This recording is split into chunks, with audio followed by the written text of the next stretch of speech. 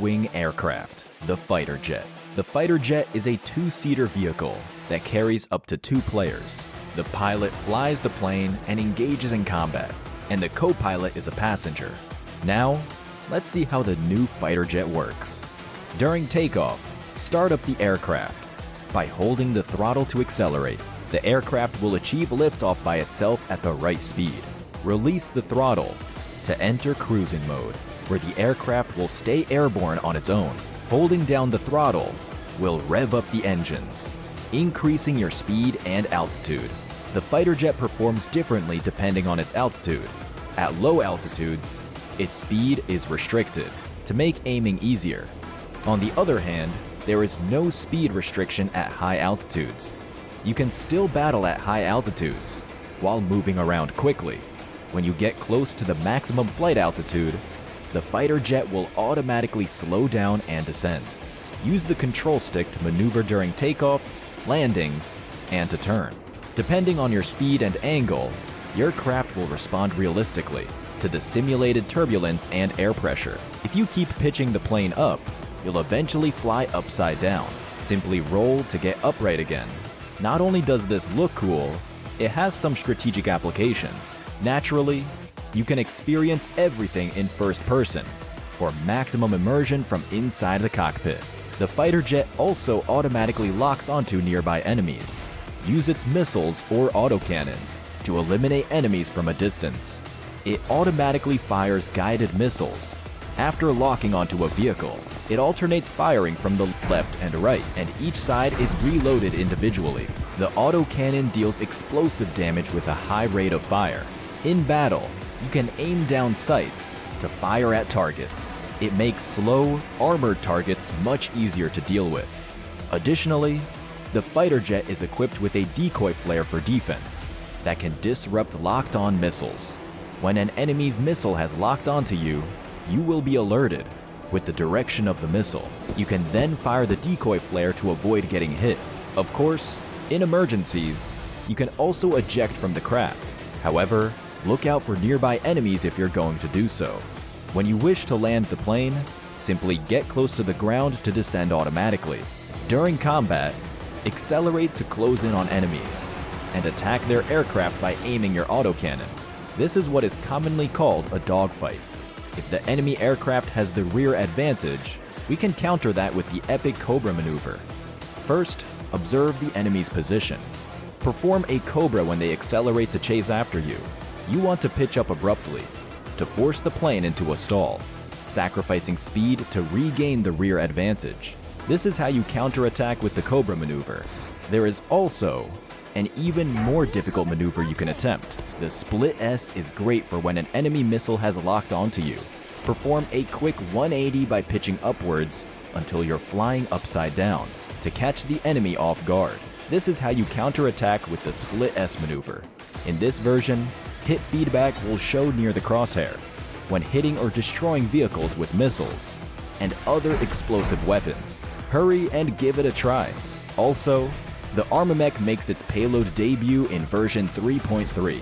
To make it more suitable for payload combat, we added a Gatling gun to the passenger seat. Now, your passenger can shower your targets with bullets. We've also upgraded its missile launcher into a guided missile launcher. Guided missiles can be adjusted to strike ground or air targets. When attacking ground targets, the guided missile launcher will bombard a designated area and mark enemies that are hit. In the air targeting mode, you'll be able to attack fast-moving aerial vehicles, such as the new fixed-wing fighter jet. That's a wrap for the main payload updates in this new version. Thanks for watching. If you have any feedback, let us know in the comments. See you next time. Zombie Uprising. Disaster has struck again, leaving a small town in a dire situation. The conflict between humans and zombies is escalating. Dear survivors of PUBG Mobile Metro Royale, get ready for Metro Royale Chapter 21. The new season launches on July 12th and lasts until September 9th. Your mission is to fight off zombies, get supplies, and evacuate successfully. Before starting your mission, let's first assess the state of the town. The town is full of zombies. No one is safe, and be sure to take extreme caution when near these places. These are where zombie bosses are known to be active. A mutant hides within the power station. Don't get hurt by its club. Here is where the paymen often linger. They are good at using their fists in close-range combat and summoning groups of zombies to attack together. Fighting them requires agility to avoid their long-range attacks. The radiation zone is occupied by Variant F. They will spray fire bombs at you, as well as lunge towards you to attack at close range. During the match, you will experience time of day changes, from day to dusk, and finally night. Be cautious of the time changes. When the darkness of night falls, zombies will be abnormally aggressive. Next, if you look carefully, you will find many special containers have appeared in the town, with different bosses inside. Each night, they will wake up from their container, and these bosses are stronger and have better abilities. Of course, they are not without weaknesses. Find the glowing energy source on them and try to eliminate them. Oh, and as darkness falls, more dangers will arise. Watch out for newly dropped containers. Defeat the bosses inside them to get more supplies. In the town, you will encounter all kinds of zombie enemies, as well as special supply crates. Opening special supply crates attracts swarms of zombies to attack. Stay vigilant. When faced with a zombie attack, the new weapons and utility items may come in handy. First, let's look at the new weapons. The M134 and the flamethrower. These weapons will help you deal heavy damage to zombies and eliminate them more effectively. You can also use the stealth serum and lure grenade. With these items and weapons, you can formulate your ideal strategy. Additionally, by utilizing the bonus special trait and special trait system, you can modify your gear and improve your combat capabilities. On the battlefield of Zombie Uprising mode, you can get schematics needed to make modifications. Take them to the workstation to forge or modify fabled equipment traits. In addition to the new gear and systems for fighting zombies, we made some improvements to the gameplay experience, including a new room feature, a more convenient access tab, loss replays, highlights, as well as firearm adjustments, improvements to teaming up, and more. In terms of weapons, we added faction variants of the DDS and S12K, and existing faction weapons have been buffed. Additionally, starting from this season, you can use the room feature in Metro Royale to organize a match and fight alongside friends. Also, team-up functionality has been improved. When teaming up, teammates won't be able to change their loadout settings once they've readied up. If the team leader enters the match with loadout settings that are too low, the whole team must confirm in order for the match to start as normal. When the match ends, you can view the match results screen to watch loss replays and highlights. By the way, a new, more convenient access tab can be used to enter Metro Royale. This season, Misty Port and Arctic Base feature Spirit Pearl crates that can be found and opened for supplies. Next, new collectibles will be available with the start of the season. Also, if it's your first time playing Metro Royale, the number of maps you'll need to download will be fewer than was needed in the past to begin playing. Frontline Confrontation and Old Blockade Zone maps will be downloaded by default. Based on your own preferences, you can later download the Misty Port and Arctic Base maps. Metro Royale Chapter 21 is about to begin. Survivors, get ready for combat. We wish you all successful evacuations and bountiful loot. Hello everyone, I'm Leon, the Home Butler. This video will introduce the new home party gameplay.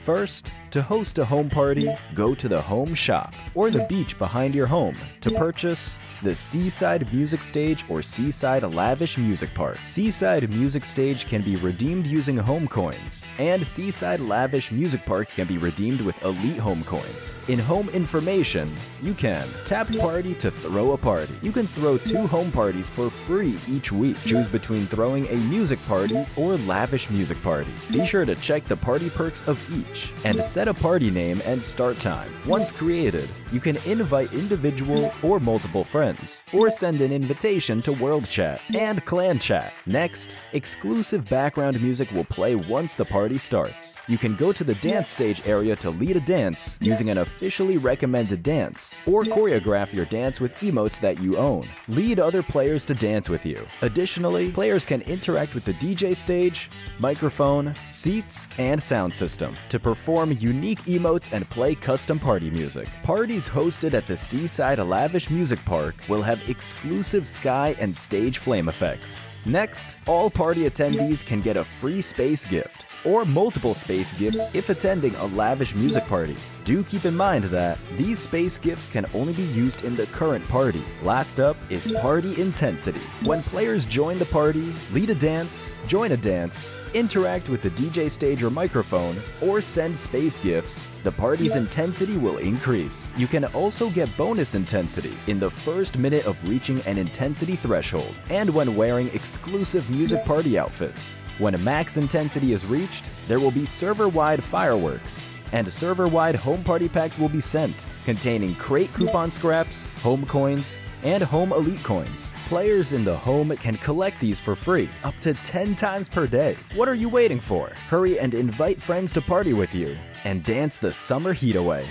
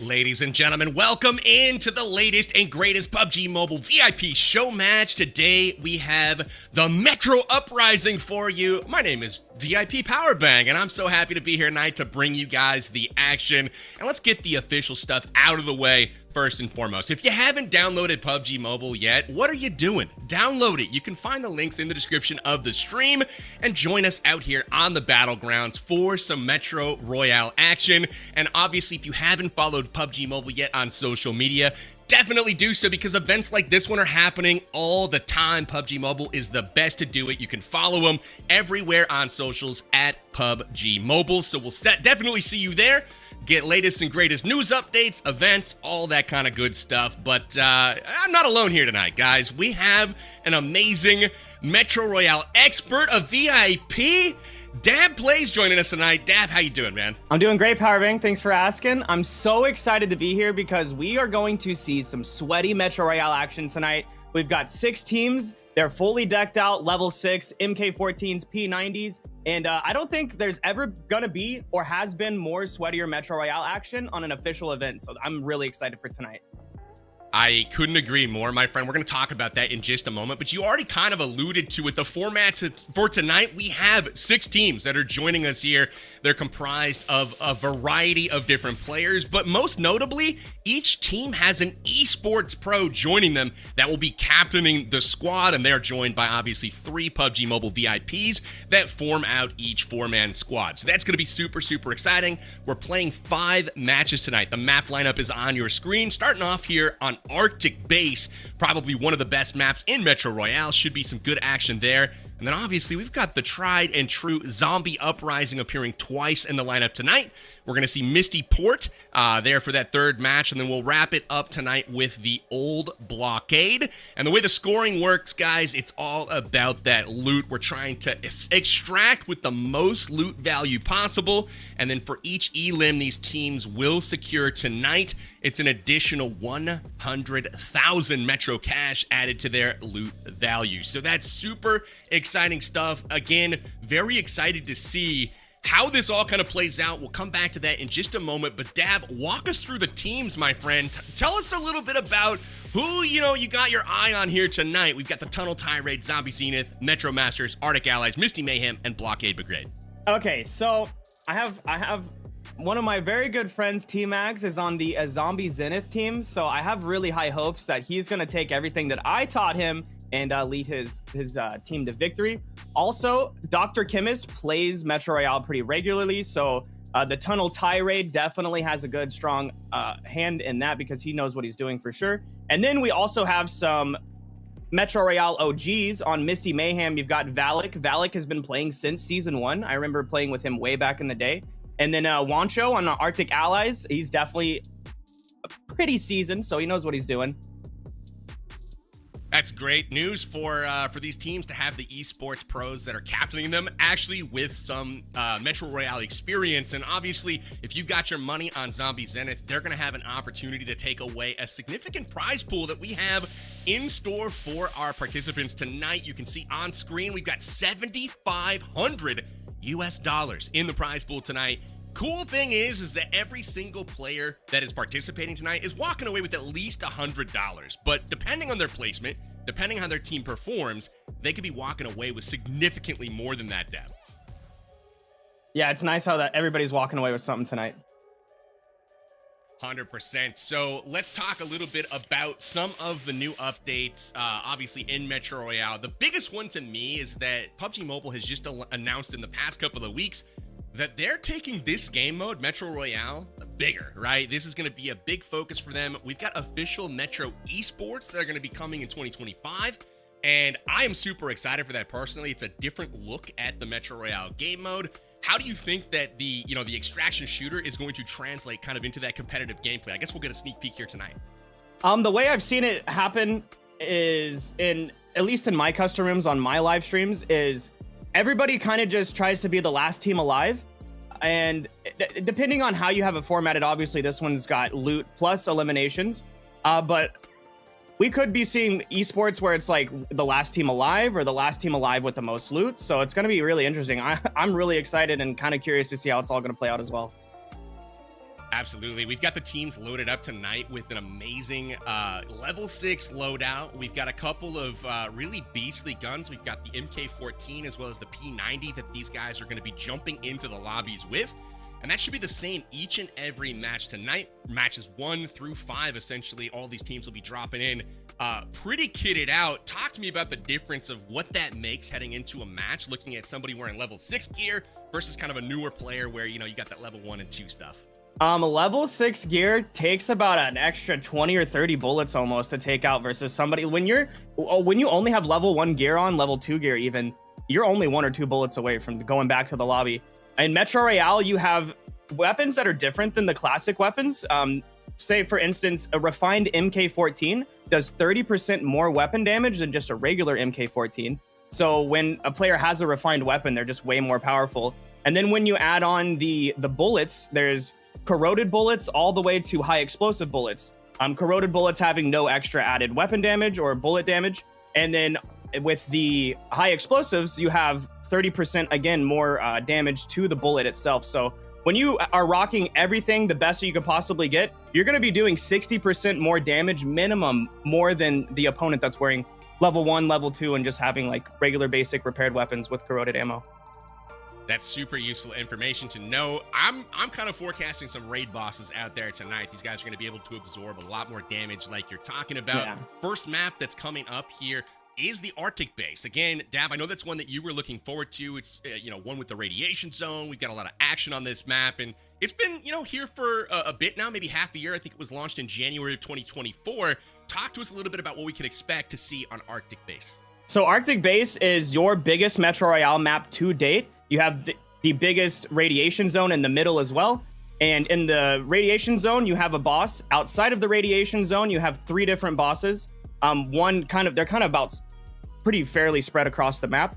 And then at the 19-minute mark, there also is the potential of a tank boss spawning that drops a guaranteed gold pile. And keep in mind, if they get a gold pile, that's 500,000 points just straight to the total. So Metro Royale with the Arctic base is probably the craziest and most, I would say, in-game way to play Metro Royale. That's insane. You can see the return countdown on the center of your screen there, 29:55. And Dab, you mentioned the 19-minute mark is what we're going to keep our eye on to see if that tank does spawn. It's not guaranteed, maybe a 1 in 5 chance or so. I don't know the exact numbers, but, let's not say it's rare, but uncommon for it to spawn. So if it does, we're going to see a lot of loot on the table here for these teams to go after. We get a good view early on of our map. And talk to me a little bit about the spawn points, Dab. I know they're randomized, but does where you spawn in on the map give you any sort of intel as kind of a team, like kill shot spawning in the northwest here? Do they know where they need to go at this point? Everybody should pretty much know that you need to get out to radiation to get the most loot, but everybody spawns pretty evenly around the edge of the map, and there is the chance, like you're seeing right now, where we have 2 teams fighting. There's a possibility where a team spawns right outside of the radiation, but it doesn't look like that happened this time. Seeing Sheaf on putting some shots down. The in-game little leaderboard there on the right-hand side will give us a great opportunity to actually preview loot and see how things are going. And obviously for Zombie Zenith, they're not off to a banging start so far. They've got quite the negative score, perhaps dropping some loot here early on.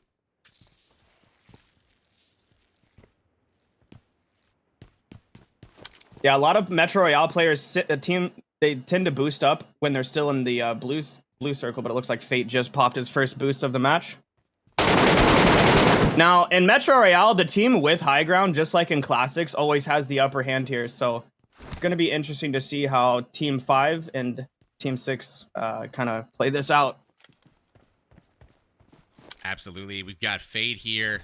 Eye on the horizon here. And again, the MK14, absolutely lethal, has been the meta for quite some time now. You've got at least maybe half the player base rocking this thing these days, if not more. And the automatic fire on this, in a traditional PUBG Mobile game mode, if you're looking at Aaron Go, Miramar, etc., this is going to shred through somebody. But you can see how many shots right there. Baton gets absolutely lit up by Fate, but still has over half of his HP. Incredible stuff right here on the defense, and it looks like Dr. Kimmis is going to have to get K back into the fight. Oh, nades out. That almost took out Fox 1K. If that was just a little bit closer, he would have been a goner. Fate's got an excellent position up there on top of that roof. Beautiful nade there into from distance. Fate's got that timing down pat. And he's got good eyes here, great angles like you're talking about. Ventura on the back end flank there, trying to get an angle, and it looks like it's able to connect. Fate goes down, and Bella Fox is going to have to play the role of hero. Yeah, this is not looking good for the Zombie Zenith. And they go out. Now, the interesting thing is, as you can see over on the right, it is negative 2.6 million in earnings right now. So the zombies. My count, Dab. That's probably not good, huh? Yeah, that's for positive numbers. I mean, to be honest, 2.6 million is like one player's profit if they actually had made it out with loot. So they could probably remake that back next match. pretty easy. Absolutely. Well, struggles early for the Zombie Zenith. They are out there. You see the tombstones kind of indicating their status, but also the Blockade Brigade off to a great start. 3 million already in hand, and they are continuing to roll here. You can see some fights going on with some of the bandits that are out there, taking down these... Yeah, they're taking out the Arctic Commander right there. Is the boss in the radiation zone, and he looks like he may have dropped a red password, or black password. When you see the red, that's how you know it dropped like a mythic style item. It could have possibly have been a vest or a helmet, but it probably, that boss guarantees to drop a password letter, whether it be yellow, red, or black. And the black one actually opens up the black door that opens at the, I think it's about the 25-minute mark. You get to know which black door opens in the radiation zone. In the radiation zone on Arctic base, there's 2 black doors, Black Door A and Black Door B. And it's just a chance at which one in the match wants to let people open. So sometimes it can be Black Door B, sometimes it can be Black Door A. And from my experience, and this could just be me being biased, Black Door B seems to always give better loot than Black Door A. Interesting. So we'll definitely keep an eye on that. Call it out when you see it, because I'm definitely curious to see if that turns out to be true. But with the loot that is in those, behind those black doors, rather, I mean, are we looking at just like elevated loot, ammo, etc.? Are we looking at okay? So bars? What are we looking at? The boxes behind those black doors have extremely elevated loot. You have high chances of getting gold bars, gold piles. You can walk out of one of those black doors anywhere from 1 million to 3 million richer. That is significant. Obviously, these teams will be looking to do just that. Misty Mayhem starting to shoot up a bit on their end as well. And I will point out that the bandit kills of, computer players, essentially enemy players, those are not worth the 100,000 Metro cash. It's only the player eliminations that are worth that 100K. And as you can see here, it looks like Quan, Deadshot, and Chiffon, their squad is just about to get run into and sandwiched from 2 sides. So yeah, I this think is we're a about tough to see spot some to action. play. It's hard to push through this crouch spot because you're really, really vulnerable. But it's definitely a good point to hold the top of this room. The top of this room is kind of king here. High ground always a great spot to be in. WPGN peeking a bit here, getting pieced up. Uh-oh. We got HH on fire. This is trouble. Yeah, and those mollies really spread out in those close quarter areas. Absolutely. We've got some trouble in paradise right now for HH24 and the squad. Again, he is the pro representing Metro Masters. He'll be captaining the squad. We've got Ares also for the team trying to do their best. Chiffon, unfortunately, his squad getting mowed down here. Yeah, it's all right. He'll bounce back. Chiffon's a talented player. Angry Hoser going to go ahead and get the full reset. And one thing about Ares, he actually creates Metro Royale content every single day. He live streams, puts out videos, puts out TikToks. He's got a YouTube channel that he's been growing very consistently lately. He's probably one of the more well-known Metro Royale creators that's in this tournament right now. I love that. Good call out, too. You'll find Ares, it looks like, on the Metro Master squad. They're currently sitting in 4th place. And the good news is they have positive numbers. So you can hear the Geiger counter noise, that clicking in the background. Dab, talk to us about what that means. I think Angry Hoser accidentally switched his vest with the vest that the boss dropped because he doesn't have a lead liner on. So when you're out in the radiation zone, the way that you don't slowly take damage, like you see Angry Hoser doing right now, is you have either the radiation pills that really only last about 20 seconds per use, and I think they're 20,000 Metro cash per pill. So, I mean, if you think about it, it's 60K just to have 1 minute without radiation damage. Or if you spend 300,000 Metro cash, you can get a permanent lead line fabric in your vest that you don't have to sit there and pop pills over and over. The lead line fabric just takes care of it throughout the entire time you're out in the radiation zone. You take 0 damage, you can loot freely. In a former life, I worked in radiation protection, Dab. This is a true story.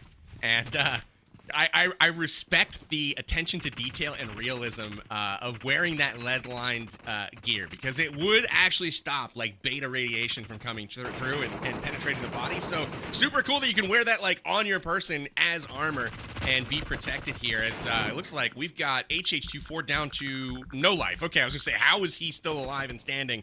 But he will go down, and it looks like it's up here to fake green to try to come up with a clutch.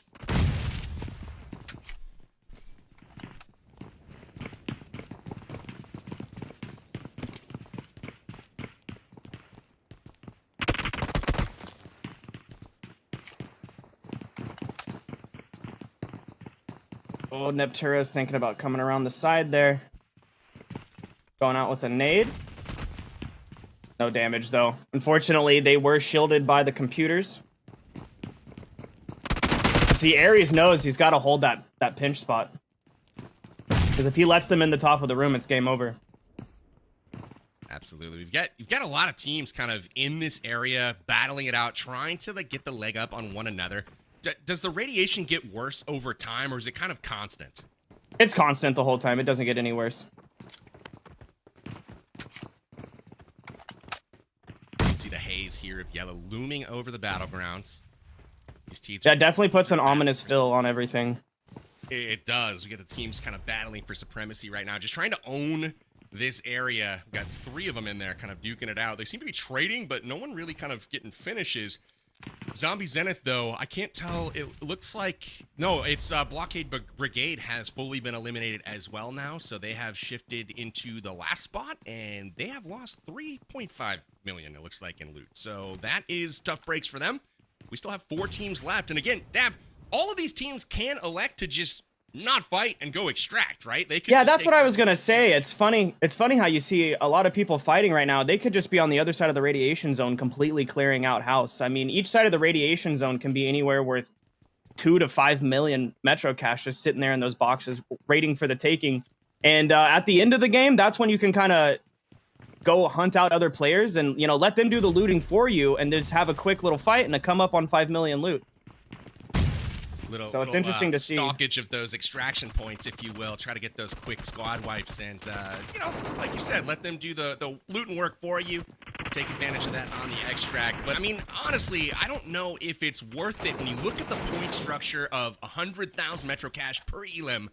That relative to 3 million, 3.5 million, that doesn't seem like a ton here because there's only 4 members on the squad.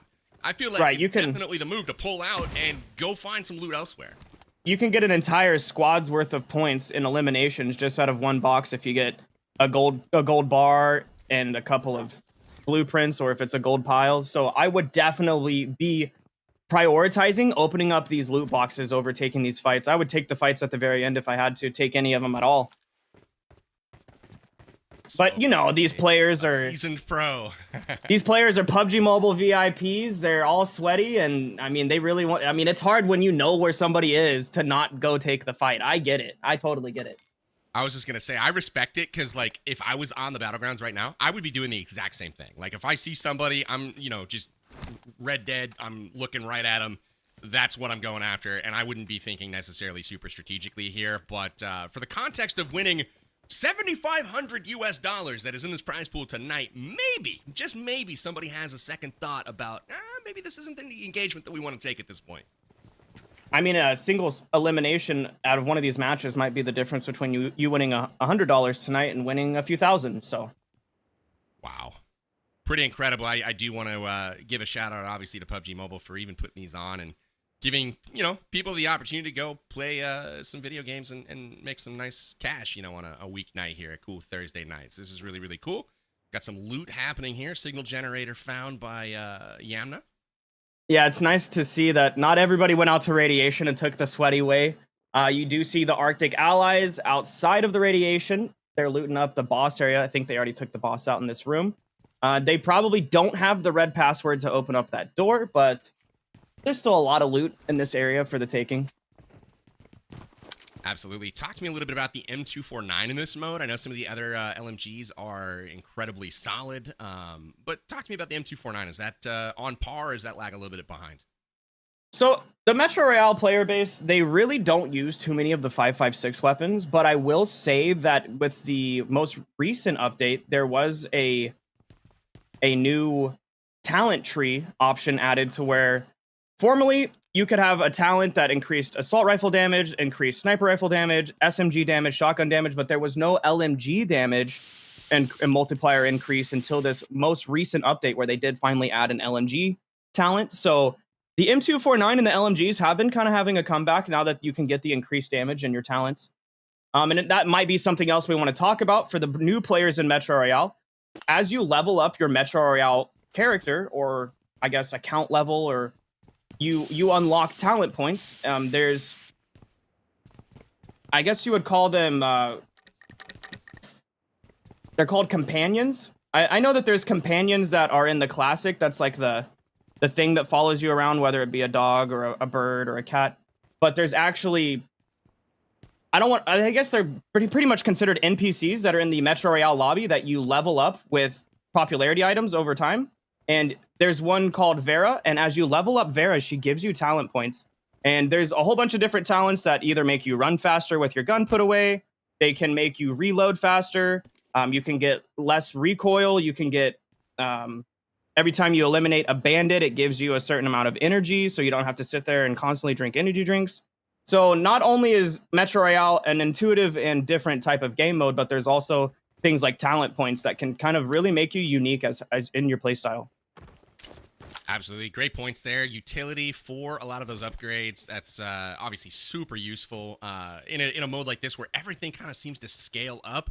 We do see a green door illuminated on that right-hand leaderboard. The Metro Masters had Ares survive the encounters in radiation, and ultimately he limps to the extraction point. And that is good news for his squad, but unfortunately for them, they are almost 1 million Metro cash in the hole after round 1. Hopefully they'll improve their performance in game number 2. But we just saw our maps here a moment ago. 3 squads still kind of out there and battling for loot. Ares opted to, take off a little bit early, and we saw Misty Mayhem kind of running around one of the camps where their extraction point is and still picking up a little bit of loot. But ultimately, they're right there kind of ready to go as soon as there's any sign of trouble. Yeah, it did seem like Ares extracted really early there with over half the match left to go. And I mean, it's not just the loot in radiation that people should be going after. Once you know radiation's looting, these teams should be venturing out to all the other parts of the map. Wonder if he had lost track of where the other teams were, because essentially, there was a lot of fighting in the middle of the map at that radiation point. But with 2 full squads eliminated, there was a lot of room out there, right? Like the whole western part of the map was pretty much unoccupied. As we take a peek in on Yamna Gaming here, see her looting up. Her and Becky. I like the focus there on the loot though. She's been on it this whole time, really trying to add to the total, and just like that, Tunnel Tirade will jump into the top spot on the leaderboard right now. 6 team elims right now in their favor, and also 3.3 million in Metro cash. That Tunnel Tirade, that would be Dr. Chemist, Neptura, Fox 1K, and Baton putting it down, putting the work in. Misty Mayhem not too far behind though. They're only 500,000 behind. And that would be Valak, NRI, FaZe, and Squidge. Checking out the Arctic Allies now. I think this is an already looted boss location. I think they're just, going through and trying to, maybe they're on their way to extract. I love ziplining uphill, Dabs. What about you? It just feels good. Yeah, every morning I wake up, I get some coffee, and I go out in the back, and I just hit the zip line a couple of times. Like, it's really a great way to start your day, and in Metro Royale, it's a great way to get around the map. Love that. They are looting up everything. They're not leaving any stone unturned. They're out on the very northern edge of the map right now. No, would love to, at some point here soon, would love to take a peek at the map, because those squads at one point were right next to each other. I do believe they've kind of gone separate ways, but I'm curious to know, are they going to step on each other at the extraction point? They have separated a bit here, so you do see, we've got the teams in the middle, the Tunnel Tirade, which is the black squad there, and then we have the Arctic Allies in blue. They're getting pretty dangerously close to one another, and they are headed towards each other. So maybe we see an engagement here. Yeah, it's interesting you say that. Will be worth you do share extraction points with one other team in your lobby, so we could possibly see a fight at the extraction for sure. I hope we do, man. I like the drama. I want to see it. Dr. Chemist out here getting the less known boxes. These boxes down here in the river, people forget about them all the time. And you shouldn't, man. Water purifiers. Got the battery in there. That was like a 200,000 point box just right there.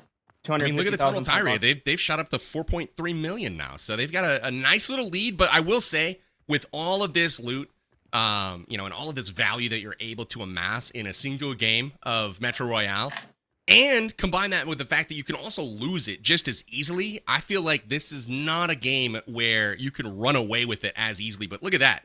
A gold That's bar. another 350,000 points. Beautiful. Tunnel tie rate over 5 million now. It's a big, big clutch loot box. Oh, we see Yamna shooting at a bandit down by that helicopter pad. A cool thing about Metro Royale is in the normal classic gameplay, the flare gun calls in a loot drop for you. But in Metro Royale, the blue flare gun calls in a custom extract, wherever you want to call that in, whether you're ready to leave or not. And on that helicopter pad, if you shoot the flare on the helicopter pad, it shows up within 10 seconds of you firing off the flare. Anywhere else on the map, not on a helicopter pad, it takes 2 minutes for the plane to show up. Absolutely. Looks like there's some loot trading going on right now, and I'm not sure if there's some stuff on the ground, because I thought they were well over 3 million loot, and not at the moment. They've got 2.9. Okay, yeah, they're starting to pick it back up. I was like, what are we doing here? They're probably just feeding it to one person and telling him to get out of here. That makes sense. Drop Solid it, strat. lock it in, and then the other 2 players remaining can go off and try to find more loot. Nice little powwow here. You know, it's these moments just like this, Dad, that I'm always like silently rooting. Like, I hope another squad just kind of rolls up. It could definitely happen. All right, so here is that 10-minute counter. We should be looking in a minute, right? At that, or was it 1 minute ago? My math is. Oh no, that was 10 minutes ago for the tank, and I didn't think it spawned. I didn't see it on anybody's map or on anybody's. I didn't see the pop-up come up on anybody's screen. So unfortunately, the tank did not spawn. It's about a 1 in 5 chance. Out of my personal experience, it's about a 1 in 5 chance that you get the tank to spawn. And the crazy thing about the tank is it is the most powerful boss in Metro Royale. The MG3 that's on the back of the tank can take you out in 3 shots. So you really have to hide from it. You can't let it shoot at you. It shoots missiles as well that can take out any object, like that tractor right there. The tank could just take it out in 1 rocket. It just goes poof. That is epic. It's a boss that you truly have to respect. You can see Mango and Valak here continuing to loot, trying to get every piece of valuable item stuff into their backpacks. You saw their teammate, NRI Gaming, just a moment ago, extract. And so now that's 2 members of Misty Mayhem that are off the battlegrounds and safe, guaranteeing that the majority of their loot will leave with them in hand. But Valak trying to milk every last bit out of this map as we turn our attention to the map and see these squads again a fair distance away from each other, but all of them still trying to, really just squeeze all of the value they can before they extract. And it looks like the team Tunnel Tirade is definitely well in the lead with over twice as much as the Misty Mayhem team. And that's kind of the beauty of juicing up Radiation for all it's worth, is there's a lot of loot out there. I would say over 80% of the entire value in the lobby is out in Radiation. So whoever wins Radiation is 8-0? Yeah, about 80% of the value in each lobby is in Radiation alone. You can get lucky and find some good items outside of Radiation, but it's definitely not going to be in abundance like you can in the Radiation zone. Yeah, you could definitely see why there was all that fighting there early on, and all these teams were adamant, like, this is our spot. If that much loot is on the line, maybe it was the move to fight there and take control of that space. You can see the Tunnel Tirade up to 6.8 million now, more than doubling up on second place as far as their loot value goes. But just because they're big in the lead right now does not mean it's going to stay that way. They still have to get off the map, and they probably have the furthest to go unless they're calling in a little bit of air support to get off the map. Yeah, and all it takes is for 1 or 2 of them to get taken out, and all of that loot goes bye-bye to the victors of the fight. And they got to consistently do this, too, because if they don't come out in the next match with a whole bunch, but somebody else does, then this match is going to hold a little bit them high up in the leaderboard, but they have to consistently do this too. The next match is going to be the zombie mode, and it'll definitely be a different ball game when we're on Zombie Uprising. Obviously, because it's a different map and people kind of rotate and move differently on that map. So let's see if they can take the strategy here and move it on over to Zombie Uprising next. There's only 6 minutes left in the match, a little over 6 minutes, so we'll be seeing that very soon. Absolutely. It does, we could see the possibility of several of these matches obviously ending early if teams all choose to extract before the timer, or if, we see somebody eliminated and the game just is over. But we could run it all the way down to 0 on the timer, and it looks like that is where we are trending right now. as we've still got 3 squads out there looting up. Tunnel Tirade and Arctic Allies are full squads, whereas Misty Mayhem have opted a little bit for the hedge, right? Sending a couple members off early, but we've got a smart 2 strategy still on the battlegrounds. Yeah, I respect it. I like it. I feel like, this running around in, whether it's counterclockwise or clockwise around the outskirts of the map is always going to pose a bit of a risk factor, because just like this, ooh, Valak and Mango pulling up behind point. him. See, and I think this is why they just left 2 players on the map, because if 2 players can get out with the majority of all the loot that they got, and the other 2 players can go hunting for the players that do have the remainder of the loot in the lobby, then that's actually a really good strategy. And now they're getting close to their extract, so hopefully they find them before they leave. Absolutely. Notice the players they left are probably some of their higher caliber gun skill players, right? The people that Valak the esport pros, exactly. It's like those are the guys that are going to win you those clutch fights. So I like the strategy here. Let's see if they clash, but I don't know. It looks like the speed boots are on for Tunnel Tirade as they head towards the extraction point. Doesn't look like anybody's meant to catch them here, and they're looking to secure first place after our first map. And that's going to be a really nice lead for them. Especially with the 6 eliminations, that's going to be another 600,000 points. So they're looking at 6.4 million, or 7.4 million, excuse me, of points they're going to be getting out of here. 7.5 actually, because they're about the 7 million mark anyways. So 7.6. That's going to be huge for them. Here it is. The extract, all 4 huddle up. They've called in the helicopter, and that will start their countdown to get off the map. Players start to disappear back to the lobby. And just like that, Tunnel Tirade locks it in, and they clutch out a massive game number 1, 6.9 million loot value, heading off the map here. But it's not over just yet. It's down to Misty Mayhem and Arctic Allies, and they're relatively equal right now as far as loot goes. Yeah, it's really good for Tunnel Tirade to really give their all to the Arctic base match, because the other maps don't have as much loot value as this map. So, like, Zombie Uprising is placed on Misty Port, and the very last match we'll be doing Old Blockade Zone, and those 2 maps don't have as much value as this map. So, for the team to go all out on this map really is going to set them up for success. Absolutely here. I'm really hoping that Valak and Mango here stumble onto some enemies. The timer has really become more prominent. You can see just under 4 minutes left to go before this map is over and said and done. Dab, talk to us about the extract. If you don't meet the extract point in that timer, what happens to the loot? Okay, so in normal classic matches, you get to slowly see the zone close in on one spot of the map, right? We all know classic battle royales. In Metro Royale, when that timer hits 0, it instantly closes in a split second and does 100% damage. It only ticks 1 time and you're done. So if these teams don't make it and are pressing the extract button at least by the 8-second mark, they're all gone. Sounds like that radiation zone going a bit critical, perhaps, and all of these guys are just being eliminated off the map, but still scrounging around for whatever loot we can find. Yamna, I gotta give her kind of huge props and kudos. I've seen her looting like a madwoman this whole time, so really like the play there from Yamna. And Mango and Valak here still looting, but also seemingly on the hunt. They were close, but I don't know. Well, they were right next to that other They were right next to him. I don't know if they knew that, though. You know what I mean? They were like 1 compound away, but I don't know that they ever caught visual there before they were able to scamper off. One of the things I love about Metro is you can have times like this. Oh, it looks like they're leaving. Where all it would have taken was a bandit to see one of these players and pop 1 shot, and then everybody else around knows that something's going on over there. Because bandits don't shoot at each other. So if there's a bandit shot, there's definitely a player there. But fortunately, looks like Valak and Mango are going to be the last on the map. And they're still coming out with a little bit more loot than Arctic Allies.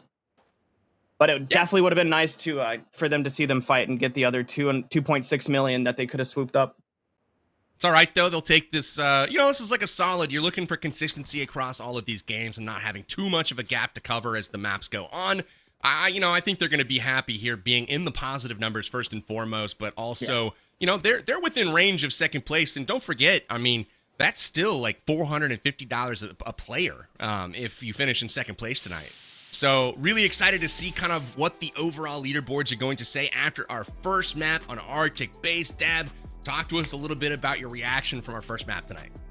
Man, there was so much fighting out in the boss area, out in Radiation. I didn't actually expect to see like 2 or 3 teams go out there and fight. I thought we were going to see teams coming from all angles and just kind of slowly loot their corners of the Radiation zone. And I thought we were just going to see everybody meet in the middle and have a massive fight. But 2 teams went out there, shut it down, and got the majority.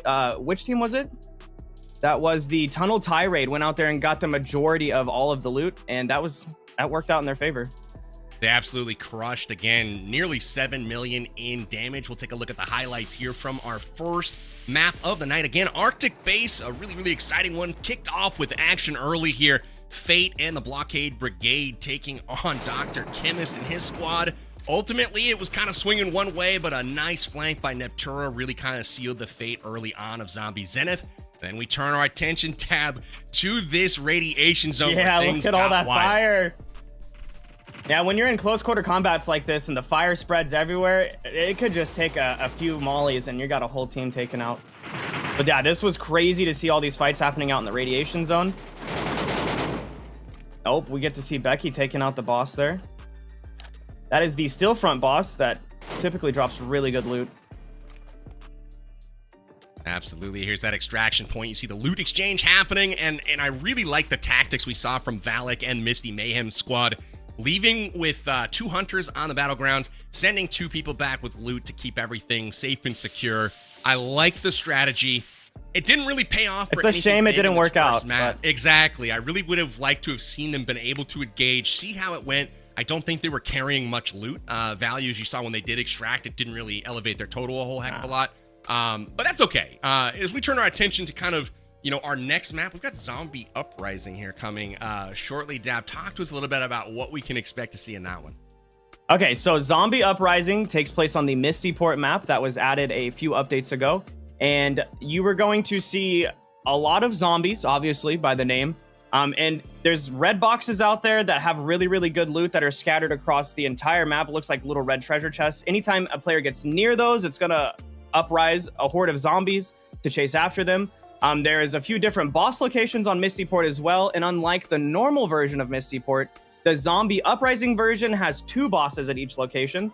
You take out the normal first zombie boss, and then if you wait a few minutes, there's another boss that will come out of a little metal vessel that you can take out and get all of their loot as well. The cool thing about the zombie bosses is that they're different than the normal bosses that are on Misty Port because some of them you have to shoot specific parts of their body to do major damage. Otherwise, we could be seeing these players, if they don't know that, we could be seeing some of these players using all of their ammo just to take out one boss.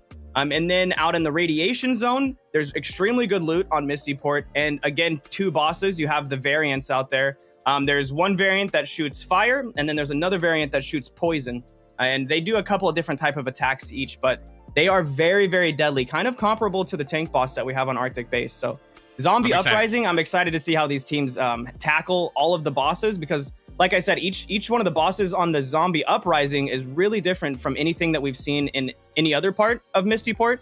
And you have teams that spawn again on the edges, and everybody's going to kind of run up to the north and hopefully try to be the first one to the Radiation zone because that's where the majority of the loot will be. That's amazing insights there. I'm so excited. You said a couple things there that really kind of piqued my interest. First and foremost, are the bosses right? Quite difficult. They can pack a serious punch. How important are taking out those bosses when it comes to the loot they provide? And to, what's the strategy going to look like as far as the overall score when it comes to those bosses being in play? So the bosses, they drop level 6, level 5. They can drop guns, they can drop items, they drop these things called schematics, which is something we haven't talked about yet. In the last update of Zombie or Metro Royale, they added this new special traits area in the lobby where you use these schematics to pair up with your fabled gear, and you can add special traits to your gear, whether it be taking less damage from PvE. There's some traits that automatically repair your vest health. There's some traits that give you more headshot damage versus all the zombies and stuff. So we're going to be seeing a lot of loot dropping from those bosses. If I was a player, I would be taking out those bosses on my way up to Radiation for sure. Makes a lot of sense. And, as far as strategy is concerned, those modifiers, especially to like bullet damage, going to be really important, I feel, because when you drop onto the map, it seems like you've got a lot of ammunition, right? I believe players are spawning in with roughly 700 rounds, but with zombies spawning and the hordes that are going to be coming their way, I don't know if those 700 rounds are going to be enough. We'll keep an eye on that, but first, let's check out the leaderboard after round number 1 and see where things sit. It looks like the total value for Tunnel Tirade does reach nearly 7.5 million dabs. They've more than doubled up on Misty Mayhem in second place. That is crazy. They're more than twice as much as Team 2, Misty Port. So, I mean, hopefully on the next Zombie Uprising, we can see Misty Mayhem and Arctic Allies kind of close that gap a little bit. As well as, the team down in the bottom place, Blockade Brigade, they're negative 1.3 million. They might only just barely get back to 0 after this next match if everything goes right. Let's hope they do for their sake, right? Tunnel Tirade able to put away 7.5 million in the first round here. Talk to me a little bit about your expected or forecasted loot value that you can actually escape the map with, right? Misty Port, a different map than Arctic Base, zombie mode. Different than the regular Metro mode, right? Are we looking at far less loot that you're able to extract with? Is it comparable? Is it more when we're looking at the Zombie Uprising mode? It's about half as much as the Arctic Base. Arctic Base, it has a lot of boxes in general. There's over 50 loot boxes in the Radiation Zone in Arctic Base alone. But the Radiation Zone on Misty Port has, like, think 32. So it's almost half as many boxes, so it's about half as much loot. Makes a ton of sense. I'm excited to see the red crates personally. I want to see those zombies spawn and, rush these players. Very exciting. Again, we've got Misty Port coming up next. We're going to take a peek at the Zombie Uprising in maps 2 and 4 tonight. And then obviously we'll just look at straight up Misty Port here in map 3. So we're going to see this one and get comfortable on it. We are loading up our lobby, getting ready to drop in here for our second game of the night. Dad, based on what you saw in our first game of the evening, any predictions that you can hit us with as far as teams go? Who do you expect to perform well in map number 2, and who's going to ultimately get the biggest loot value? I expect the Tunnel Tirade to come through and just do a repeat of exactly what they did. And I'm just going to go ahead and predict it now. Zombie Zenith might have a rough time on next 3 matches because I know T-Mags, I play with him a lot. All right, he's not the best Misty Port player. He doesn't know all the angles and stuff. But Metro Masters also Aries. He plays and streams a lot, and he tries to be on all of the region and world leaderboards.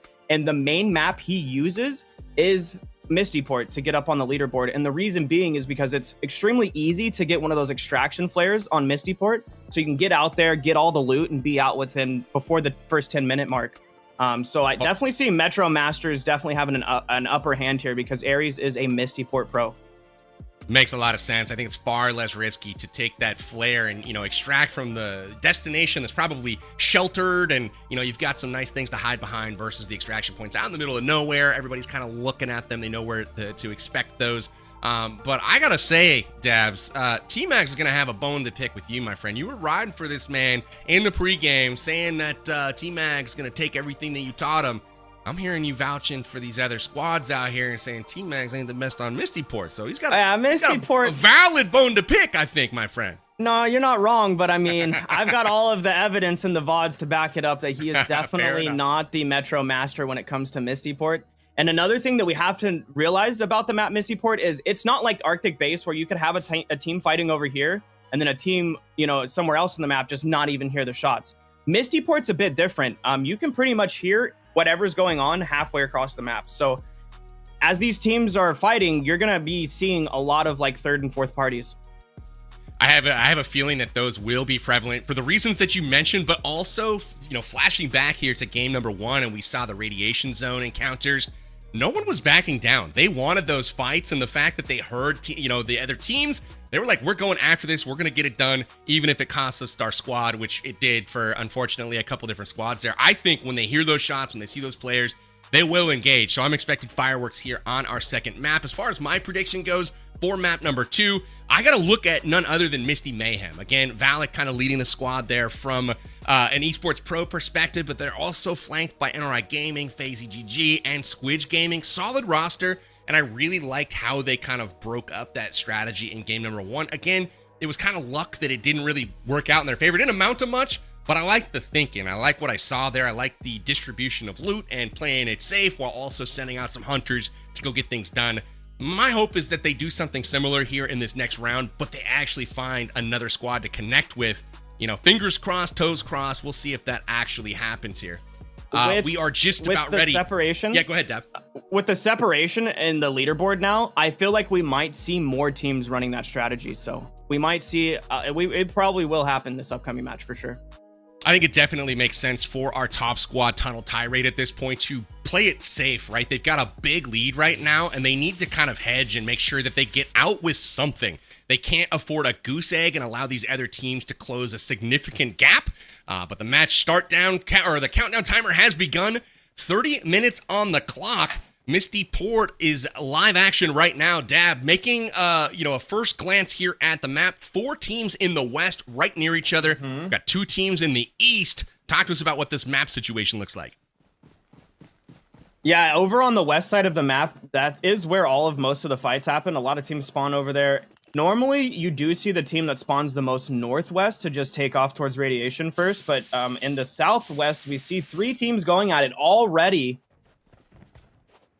Yeah, Yamna Gaming gonna go ahead and start getting up the boxes. Or you see the red, we see the red chest over there. Wow. Blockade Brigade. Blockade Brigade already 3 elims right now. Metro Masters wiped off the map very quickly.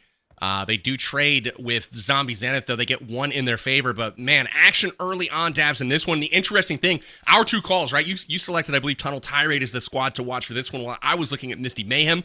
Those were the 2 squads that were on the east, further away from this pickle mess that we're seeing here on screen. So maybe our predictions were valid here for this first or the second map of the evening. But it is danger time right now for these squads. We got Angry Hoser all shacked up, just hoping to survive. The only one left alive on Metro Masters is Angry Hoser, and at this point, he just needs to get away and start looting. If it was me, looks like he's gonna try to put some shots in on Quan, but didn't quite get the knock there. Quan, they're both going with the throwable. We've all been there.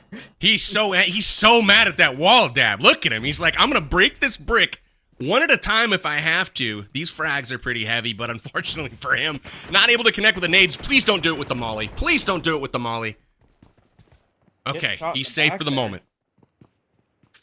Yeah, I mean, sometimes you got to take out the enemy wall.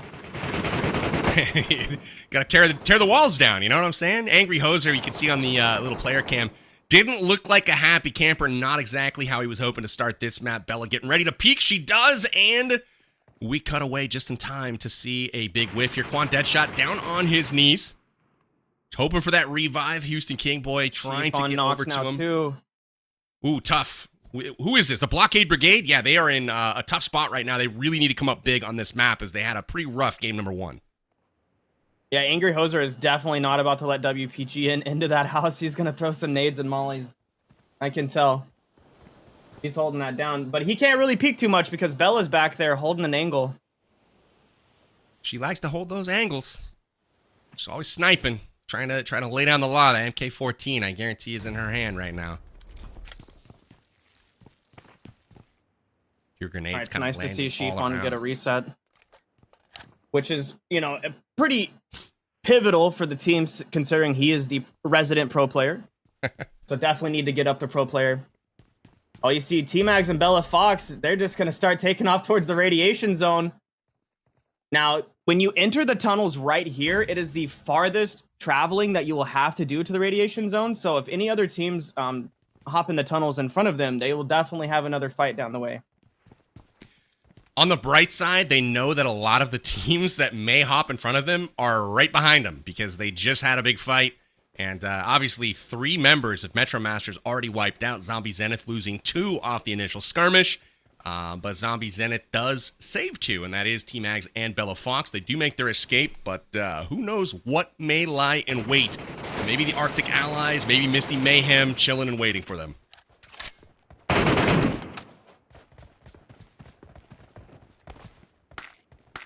little red loot here. What do we got? A little schematic. Yeah, you need 10 of those to add a special trait to a fabled item.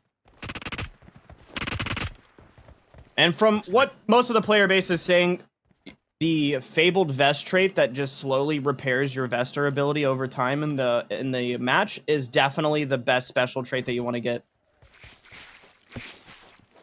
That's nice. So it does a bit of repair for you, just kind of regenerating over time. Yep. Very useful. I know I'd be needing that as much as possible. I mean, once your vest is done, once the durability hits 0, I mean, you're basically wearing nothing. You're wearing a piece of paper. And yeah, having that trait is huge. Love to see that. You know, one thing we haven't talked about yet, you know, you see all these players kind of looting or loading into the lobby with the MK14, with the P90, both of which are extremely strong guns and kind of comprise the meta that is currently in Metro Royale. With this latest update, we've got the DBS and S12K shotguns on the map now as well.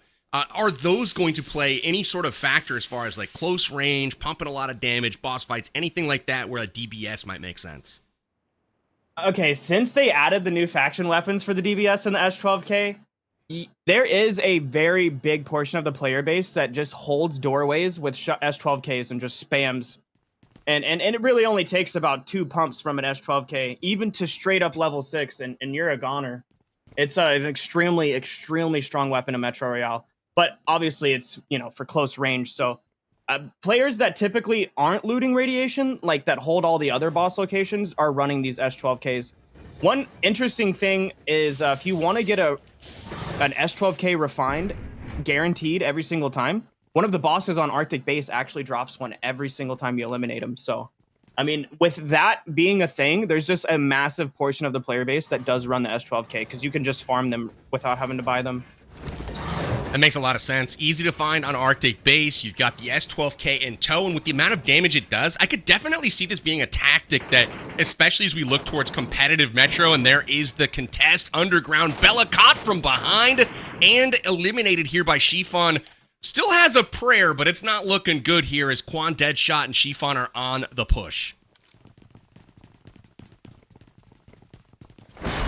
Will T-Mac save the day here? He's trying to get an angle here. I hope so. The day is not saved for Bella. She is gone. So tunnel fights are way different than other fights in any other parts of just PUBG Mobile in general, because it's just a very linear, like, face-to-face. There's not a whole lot of like cover. The second you peek around the corner, you're just risking. Ooh. Yeah, T-Max, he knows how to take a tunnel fight. He's got 2 down, 2 to go right now. Chiffon having to pick up the team right now. WPGN trying to get back into the fight. Houston Kingboy holding angles on point right now, trying to keep T-Max down. Does connect for a little bit of damage. T-Max back in the fight as well. But here is a clutch engagement. If he can get this knock, this might swing the fight in his favor. No. But it does not. He is down, and just like that, that will eliminate Zombie Zenith in 6th place. They lose 3.5 million Metro cash. Well, I'm very proud of him for at least trying to take the fight. He could have turned around and made some other decision, went off for loot or something, but it was very, very respectable. 100%. He came back on his shield, you know what I mean? Like, he took that fight. Did not ultimately pan out for him, but hey, it was a respectable performance there. Took out I believe 2 it's of what the the other kids team. call these days as standing on business. That's what That's T-Max is exactly doing right. there. Standing on business. Very good. Oh no, I feel old. Here we go. Oh, we're seeing one of the bosses. As you can see, there's the glowing vials that are sticking off the boss's arm there, and those actually do the majority of the damage to the boss. If you don't shoot those, you could end up just wasting all of your ammo. Good to know. One more that they got to pop off before they're doing maximum damage. Oh, there they go. And he's down. The waves of zombies are coming. Taking a peek at the ammo right now, you can see Dr. Kemez, Fox K. I mean, they're down to just about 250 rounds right now between their weapons. That's a third of what they started the map with, and there is still a lot of time on the clock. 21 minutes till extract, and they are dwindling on resources. These teams are also equipped with pans, So a melee fight, it would not be unheard of here towards the end of this game, Dab. Nah, and I mean, if you don't really want to melee fight any of the bandits either, or the zombies, because they will really eat your vest health. But I mean, that's what happens with teams that don't spawn in the West. They didn't get to have those early game fights and just kind of taking another entire team's consumables. So they're bare bones in it at this point. See if it pans out. Nice lens pickup here from Mango. Misty Mayhem onto the top of the leaderboard right now, sitting in first place right now. Dab, both the squads that we did pick early on sitting in first and second place. So far the predictions panning out. We'll see if we cast or curse them or not here before it's all said and done. Yeah, Misty Mayhem, fortunate enough to be the first team to get out to Radiation, sucking up all that loot. And as you see in the bottom left hand there is another boss icon at the bottom floor there. They wait enough time, there'll be another boss they can take out and get a lot of loot from there as well. But that's going to mean that they have to give they're going to give Tunnel Tirade a chance to get out here and hopefully contest them for it. Absolutely. You do see that Mango, for example, here, quite a bit more ammo than some of the previous squads that we peeked in on had. So seemingly Misty Mayhem might be doing a bit better off resources-wise. Over 450 rounds on him right now. So impressive loot management at this point. 100,000 level 5 helmet there. So you love to see that.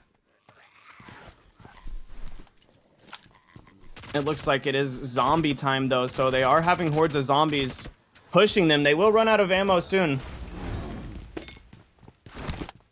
But they keep shooting the zombies in the feet.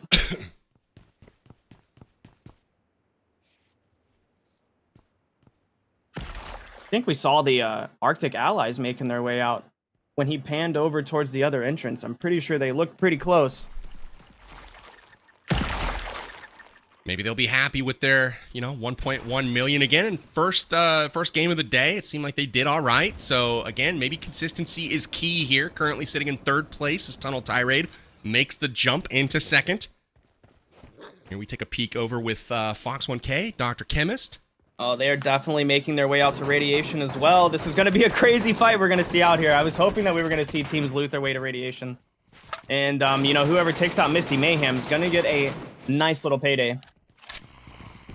The thing about the Radiation Zone in Mistyport is when you come in the door, there's zip lines basically right next to the door that can zip you straight up to the top of that middle building.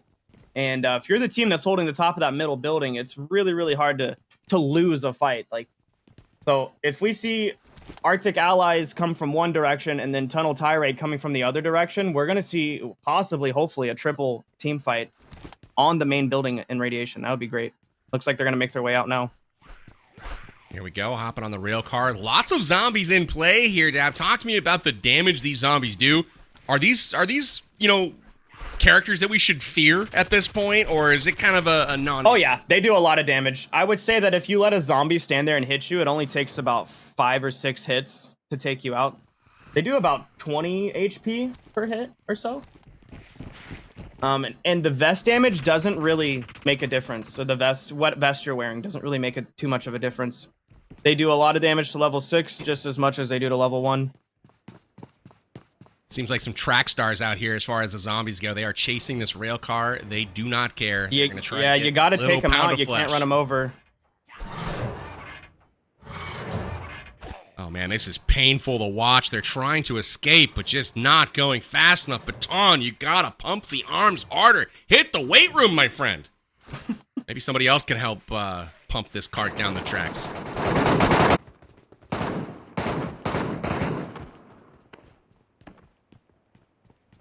Can hear those MKs going off quite a bit. Dab, talk to me a little bit about the P90. Obviously, in one of the latest updates, it no longer takes 9mm ammo. We're up to 5.7 ammo, which for me is my favorite type of ammo. And now the P90's rocking it, and it seems to have made a pretty big difference. What are the players thinking now about the P90?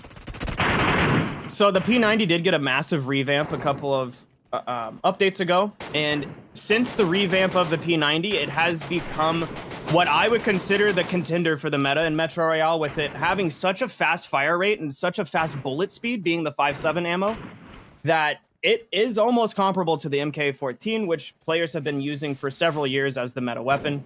And the P90 The thing that's different about the P90 than the MK is that the close range, like how fast the bullets fly through the air, in close range, it's so much easier to eliminate somebody with a P90 than an MK that it's actually laughable, the difference. Now, the MK still has like that long range power, whereas, you know, the damage drop off with the 5.7 after a certain range really starts to take effect. But if you're good with hitting your shots and your enemy isn't, then that's also a whole nother ball game. But yeah, since the P90 got a revamp, it has definitely shaken up the meta in Metro Royale, and I'm loving it. I'm absolutely addicted to it. I got the last upgradable weapon for it as well. Trying to recall. While you're doing that, we got the red crates with all of those zombies spawning. You can see Angry Hoser here having to mow them all down. But like you, Dab, I was really excited to hear of the P90 update because, again, it's such an iconic weapon. And I'm really glad to see it getting kind of the use that it should deserve. Yeah, recently they came out with an upgradable version of it, the Devious Cybercat. And now, one of the things you see the most is you either see yourself getting shot by yellow hit markers or blue hit markers after, because everybody either runs the MK that has the on-hit effect where it's just a whole bunch of like little yellow explosions, or the on-hit effect with the new Devious Cybercat P90 where it's like a bunch of blue explosions. So that's what you see a lot in Metro Royale right now. Absolutely. We've got, again, mostly the same situation as we had immediately off drop. All teams kind of in that same configuration and just focusing on loot at this point. We've got, looks like Misty Mayhem right now directly above one of the other squads, and that's going to be interesting as maybe they surface out from underground here momentarily, but heading on into a compound. Lots of bandits in play here. Opportunity to pick up some more loot, maybe get some lucky drops. Any opportunities to get, you know, piles of gold or gold bars off of any of the bandits? The bandits can drop purple items. I don't think I've ever seen a bandit drop a gold bar, to be honest, but they can drop the legendary tier of items. That would be like the tablets, the batteries, on this map particularly, you have the biological samples. So that's what you can see the bandits drop. Now these, if you see a zombie drop a red item, it's most likely a schematic. They drop the schematics a lot. But as far from a bandit, I don't, in my 4 years of playing, I don't think I've ever seen a bandit drop a gold bar. I haven't either, and I was just, I was like, I know you play this mode more than I do, so I was like, maybe we can see a lucky drop or something like that. But we've got quite the battle going on right now for first place. Blockade Brigade and Misty Mayhem are jumping over one another back and forth right now on their loot value, so that's a really interesting one to keep our eyes on. Tunnel Tirade and Arctic Allies have slowed down a bit, and they're going to be looking to pick up the pace here as Blockade Brigade and Misty Mayhem continue to put a bit more distance between them and the others. Well, if Blockade Brigade doesn't take this fight that's about to happen properly, the Tunnel Tirade can easily be #1 on the leaderboard for this match alone. They got to take this fight right here. As you can see, 2 of them have the roof. It looks like the other 2 are going to go take the side approach. This is a dangerous fight right now. Tunnel Tirade obviously way out in front after one map, and he's got an angle here. Houston Those King roof Boy in the angles are sights. so dirty. Absolutely. Neptura misses the angle, but unfortunately for the Blockade Brigade, Houston King Boy already knocked right now. It's up to WPGN to come clutch this one out. We'll see if he can do it, but angles upon angles right now for the enemy squad. This is going to be really difficult for them to overcome. Yeah, when you're down below, you have to be really careful of where you're standing because you can easily get shot from those skylights. And I do that all the time. I check angles from the skylights because you're basically giving them a little tiny hole to thread a needle through, whereas you get a lot more than what they see for sure. It's definitely a nasty angle. It's not an easy shot to land though either, because you just have that little window where you see, you know, maybe some legs or, you know, a torso very quickly, but obviously very difficult to defend against. You have to be very aware of the verticality of the map as well as all the angles for people pushing the inside. We'll see if they can coordinate a strike right now as Fox1K jumps off the roof and will choose to push this. And this is where we're about to see some action pop off. Blockade Brigade on the defense right now, and Fox K looking to push the action. Trouble here for the Blockade Brigade. Down goes Houston King Boy for a second time. WPGN, the last hope here right now for this squad. And Fox 1K not letting up at all. Here he comes in, Geronimo, and he's going to force the action close range. Good molly, but just a bit too late here. Chiffon also down, crawling to safety, trying to prolong his team just a bit longer. And this is looking rough right now for Blockade Brigade.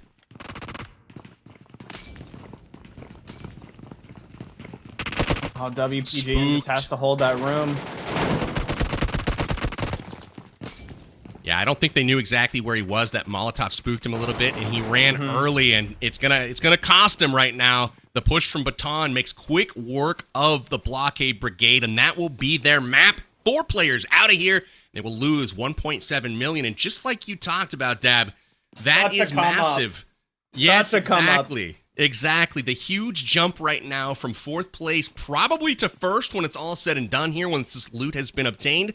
Tunnel Tirade back in a familiar spot. They will be, if not the top, they'll be near the top on this leaderboard. Yeah, if any one of these teams wants to definitely make sure that they have a chance in the rest of this tournament, they have to go out there and take out Tunnel Tirade. But it looks like we see Misty Mayhem just going to lock in, which maybe, you know, maybe they'll run the same strat where they send 2 people out. We'll see here. Yeah, last time it was Mango and Valak that stayed on the map, and those are the first 2 to the extraction point right now. So seemingly maybe mixing things up a little bit, maybe all for extract at this point. But yeah, Tunnel Tirade has closed the gap significantly. They're up to within 200K right now exactly of the first place spot, and it continues to close. Over 3 million Metro cash now for Tunnel Tirade as it continues to pile up. It looks like they're about to do the strat. You see them huddling up. They're going to start dropping loot, and they might send Valak and Mango out to the radiation to have a fight. All right, I'm geeking out. It'll be interesting to see a 2v4. Yeah, I want to see this. I want to see this.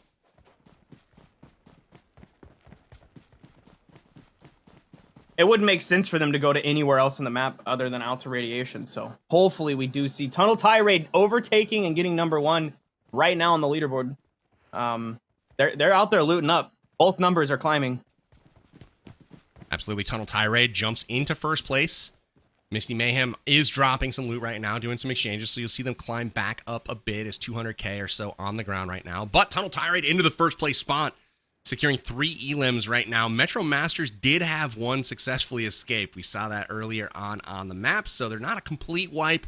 But we've got 2 other squads in Blockade Brigade and Zombie Zenith that, unfortunately for them, will not make it out with any score this round. In fact, will lose cash after round 2. And I am very curious to see if it's the same 2, if it's Mango, if it's Valak, for Misty Mayhem trying to play hero ball here and go get that loot secured for their squad.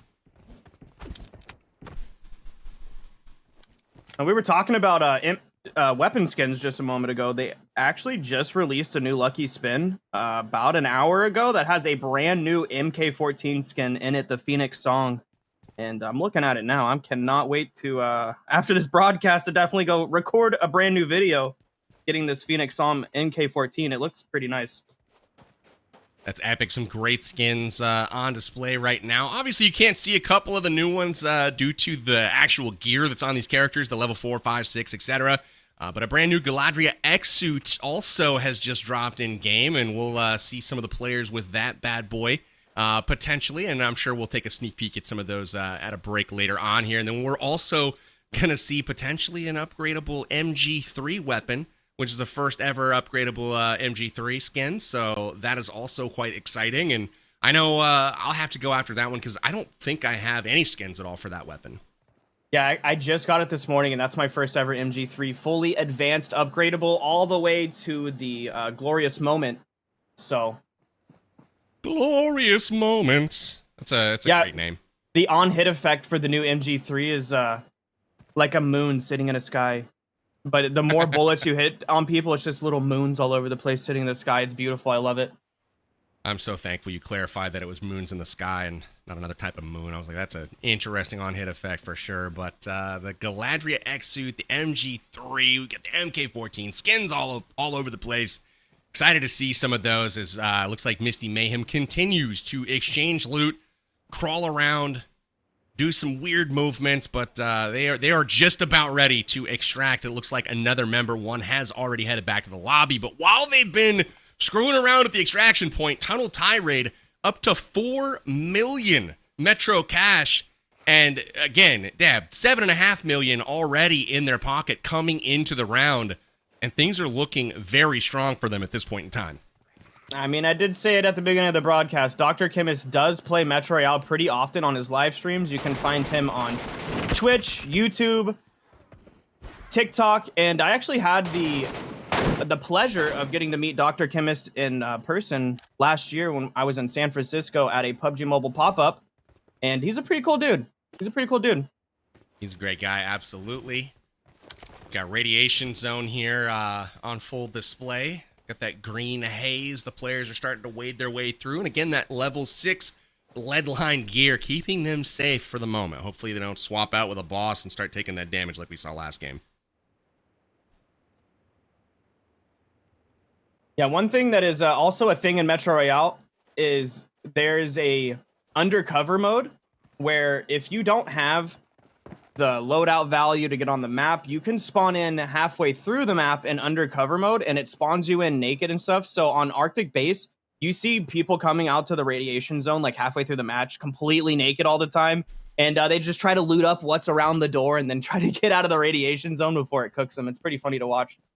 Love to see it. Taking a peek here at Mango right now. We had FaZe GG just extract a lobby. So it's again, Mango and Valak on the map right now for Misty Mayhem. And they're going to get some. But check the ammo out here for Mango. He's got 536 rounds in backup right now for his MK14. Clearly preferring that weapon over the P90. Curious to kind of take a peek at Valak as well and see kind of what his loadout's looking like also. But they have seemingly transferred. Is running out too. Absolutely. It seems like they transferred all of the loot, and they've kept all of the ammo right now. So Valak looks to be playing a bit more of a support role here with not quite as much to go around, but Mango heading the charge here, trying to hunt down Tunnel Tirade. It's the last squad on the map. It's also the one with the most loot. It'd be interesting to see the map because I think the Tunnel Tirade's got to be just about done looting radiation at this point. So hopefully they don't. Oh, yep, they're leaving right now, and it looks like they went out the east side. So it's close. Yeah, the Misty Mayhem's going to be coming in from the west side. So yeah, I it's take close. that back. They're right I on read top the map of each wrong. other. They There are is a right trap in front of each other. There is a trap set.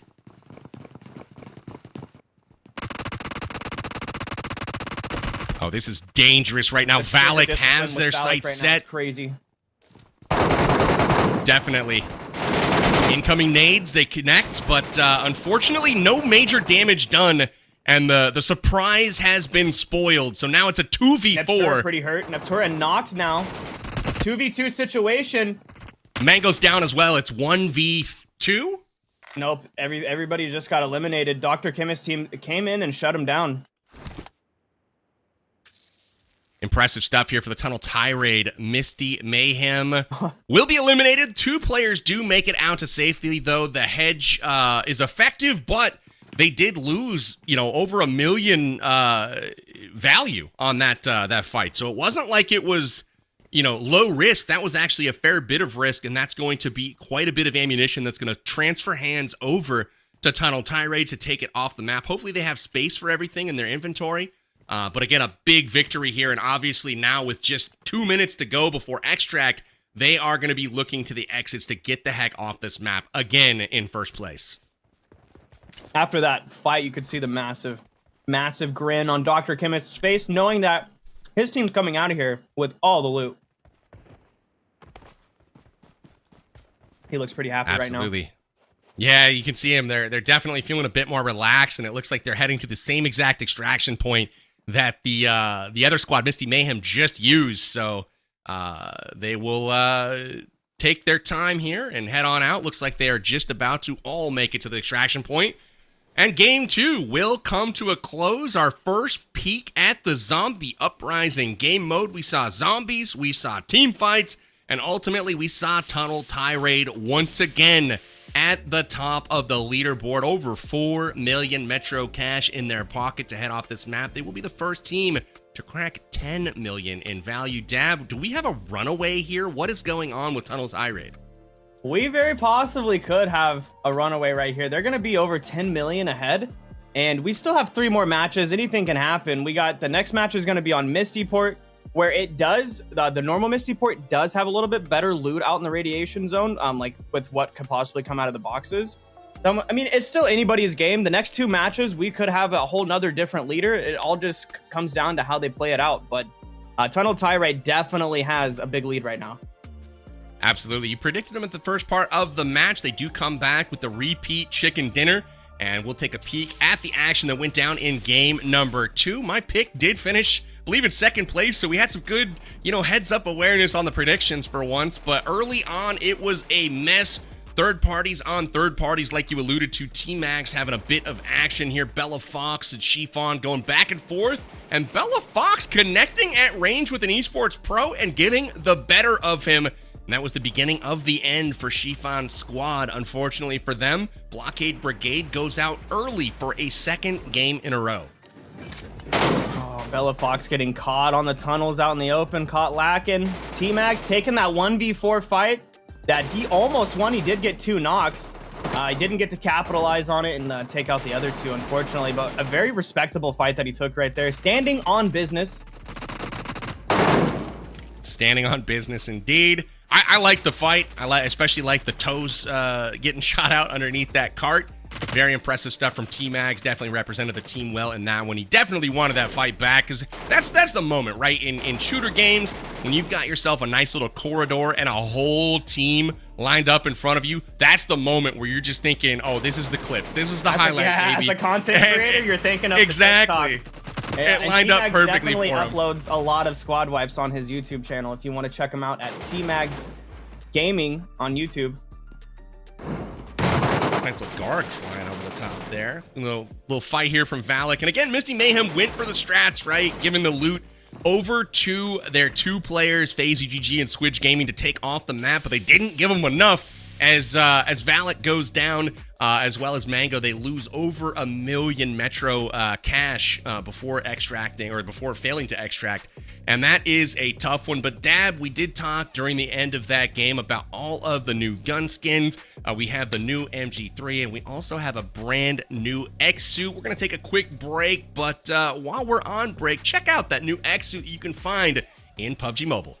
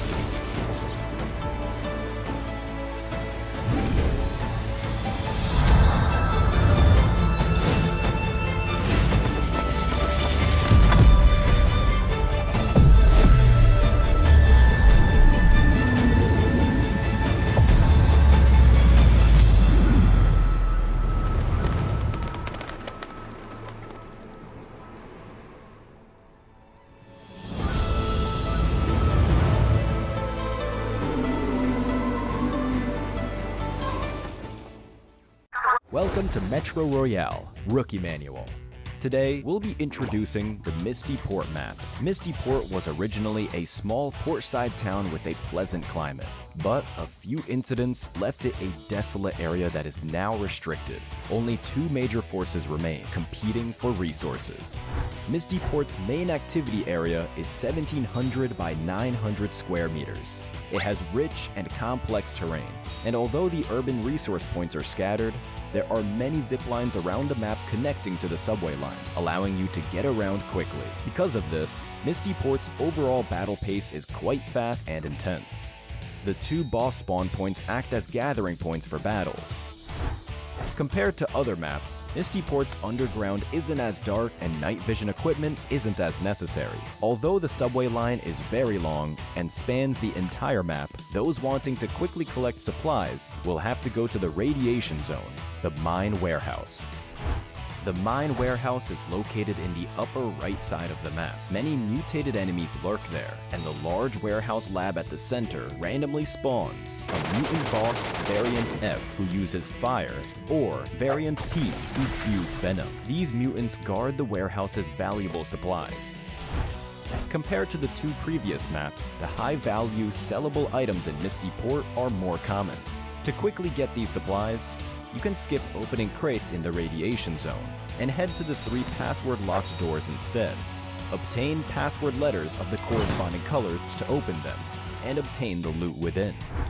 There are 2 fixed bosses in Misty Port, Firejoy and Fire Roy, that use fire attacks. When challenging them with teammates, spread out as much as possible. Also, be aware that there is chance in each match for the bosses to become reinforced. The bosses can then transform into special bosses that use drones and shields, Handsome Jesse or Handsome Pete. When facing off against them with teammates, make sure to focus your fire.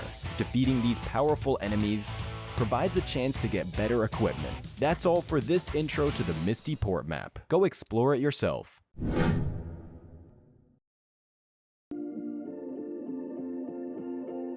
We've added the following new weapons and items to give you a hand against these pesky zombies. First, we have the M134. This new weapon has a large ammo capacity and high rate of fire. Its immense firepower is sure to help you fight your way out of a horde of zombies. However, firing the M134 takes some time to start up, so you need to get your timing right. Up next is the flamethrower. Fire has always been effective against zombies. This weapon's strong frontal firepower can help you wipe out entire waves of them. The flamethrower may be powerful, but its short range makes it more suitable for close-range combat. After using Stealth Serum, you can temporarily avoid detection from zombies. It's an effective evasion method. But remember, if you initiate an attack against a zombie, it will attack back. Lure grenades will attract zombies after being thrown before exploding and dealing damage. It's a great way to disperse zombie swarms. There are special supply crates scattered around the map. Open them to get more supplies, but beware of the zombies that'll come swarming. What's more, you'll obtain more supplies at night than during the day. Some awesome trailers that we just kind of got a sneak peek at there during the break, as well as the brand new Galadriel X suit. Make sure you guys pick yours up in game. Big shouts to all the players so far. They've crushed it. And you guys can crush it too by downloading PUBG Mobile if you have not already. You can find the links to that in the stream description. We'll see you out here on the battleground for some amazing Metro Royale action. If you haven't followed PUBG Mobile on social media just yet, please do so. Anywhere on social media at PUBG Mobile. Get all the latest and greatest PUBG Mobile news, as well as information on events just like this one, and figure out how you can take part in the fun that is happening in our community. Got to bring back on Dab Plays, our co-caster for the evening. Dab, it's been an insane couple of matches first and foremost. Obviously, the Tunnel Tirade has been crushing it, and I want to see how that pans out on the leaderboards. We got those prepped here for our game number 2. How does this look, my friend? Whoa, 4.6 million for Tunnel Tirade again. Definitely putting him over the 10 million mark for the totals. Misty Mayhem coming in with 2.8 million. That's going to put them, I think on the total, it should put them still just about 4 million behind Tunnel Tirade, give or take a little bit. It's very interesting to see the spread on this match wasn't as crazy as the spread on the last match. A lot of teams are kind of tight here. Team 2, 3, and 4. We got Misty Mayhem, Arctic Allies, and Blockade Brigade. Not too far away from each other as far as the loot value on this match goes, and especially for the Blockade Brigade, they got another. They got 6 eliminations, so that's 600,000. And without those 6 eliminations, it actually would have been very far behind Team 2. That makes a lot of sense. When you look at the disparity between top team and Tunnel Tirade on the bottom team and Zombie Zenith, only 5 million loot value separates them, whereas last game it was more like 9 million. Let's take a peek at the overall standings now after 2 games of play, and not just over 10 million, not just over 11 million, 12 million loot value right now. Tunnel Tirade is crushing the competition. We've got Misty Mayhem in second place right now with just under 6 mil. Arctic Allies closing in on 5 million. And then it takes a pretty big dip from there with Metro Masters, Blockade Brigade, and Zombie Zenith rounding out the crew. Zombie Zenith still struggling to get positive at this point. Dab, what do they need to do here in our third map, which is Misty Port? If they're going to have any success on this next match, if they spawn in the West, they need to win these fights. If they lose these early game fights, it might just be GG's for them right here. As we can see, they did spawn in on the West. So they gotta take out Wancho's team there, the Arctic Allies, as well as they have to take out Ares' team, Metro Masters. So team kind of under the map right there, the black team is who we have our eyes on. That's Tunnel Tirade. Again, these guys are poised to kind of wrap things up, honestly, on this map. If they have another big map right now, it's probably curtains for the lobby. But we might not see this. They spawned in the West, so. Exactly. There's a big swing possibility right now where they could be eliminated right now with all of these other squads. Zombie Zenith is hanging around. Arctic Allies and Metro Masters are all in the West right now. And it does seem like there are some shots fired, and that's going to alert some other squads of their presence. Over on the east side, we had the Blockade Brigade and Misty Mayhem spawning in familiar spots right now, and we'll see if they can get off to a similarly good start as they did in round 2. Yeah, sometimes it could come down to just where you spawn, depending on how long you're going to be in the match. I know when I play this game on a regular basis, spawning in the West is always like, oh boy, here we go. Well, you're either about to fight 3 teams, or you're just going to run and just try to get to radiation and just not have to fight anybody. But if you spawn in the West, you're going to have a rough time at the beginning of the match for sure. Absolutely. As you can see, Metro Masters here, they're just going straight through radiation. And I mean, they're kind of a little bit behind on the overall leaderboard, so they really need to maybe not take any fights and just get straight to the good loot. Absolutely. Heading towards extraction right now. Ares leading the squad. HH24 up there, the esports pro, is also kind of point man here, looking for any enemies or bandits that they can take out. We see him approaching one of the compounds right now. Lots of bandit guards. You can see him highlighted in yellow right there. Those can be a bit pesky sometimes. Talk to us a little bit, Dabs, about the difficulty level of some of these bandits. Are they, something to be afraid of, or is it basically you just got to give your position up in order to fight them? One of my most viral Metro Royale shorts was getting taken out by a bandit with a shotgun right in the middle of the school right there. The shotgun bandits and the sniper bandits actually do a fair amount of damage. When I got eliminated by the shotgun bandit, I had 75% HP and I was wearing level 6. So outplayed. You cannot just walk past them and just think you're going to be fine. Like, they can take you out very easily. The sniper bandits, they don't miss. They will continue hitting you until you take them out, and they will shoot you for miles away. Obviously, they have sniper rifles. So yeah, definitely you cannot just ignore the bandits on this mode at all. Absolutely not. Blockade Brigade out in the east stumbled onto some big loot. They have shot up to nearly 1 million loot right now as far as Metro Cash is concerned. So they are off to a strong start right now. What is the difference? Obviously, the zombies, but, we played this map last game in match number 2, but there was a Zombie Uprising. What can we expect in the mid-game here in the absence of, no zombies, I suppose? We're definitely going to not see anybody worrying about their ammo count, that's for sure. But the thing that's different, as you see the monster that just crawled past Quan Deadshot there, I like to call those the frog dogs. That's what I call them, because they look like a frog mixed with a dog to me. But these guys are definitely very pests. Like, they can take you out easily. They sit there and just drill your best health down to nothing very quickly. All right, I'm kind of scared watching this. This isn't my jam, man. These creatures are creepy. They're chasing. Quan Deadshot just jumped off of a ledge. They're all pretty weak. You can see the team. The big ones is take struggling. a lot of bullets. The big ones take a lot of bullets. The big frog dogs, they take a lot of bullets. I don't know the actual term for them, but oh no. Yeah, the big one takes a lot of bullets to take out, and as you can see, Houston King, he's knocked, and they might not get a chance to revive them if they do not take out these monsters right here. He's blocked. WPGN is going down, and he does go down. It's all up to one player. Chiffon, the esports pro, is being chased by multiple frog dogs. This is not how they were hoping to start this game off. They had so much loot. They probably would have rather had zombies chasing them than these things. Now, if he gets on the roof right there, he could have just held them off with the ledge and shot them, but...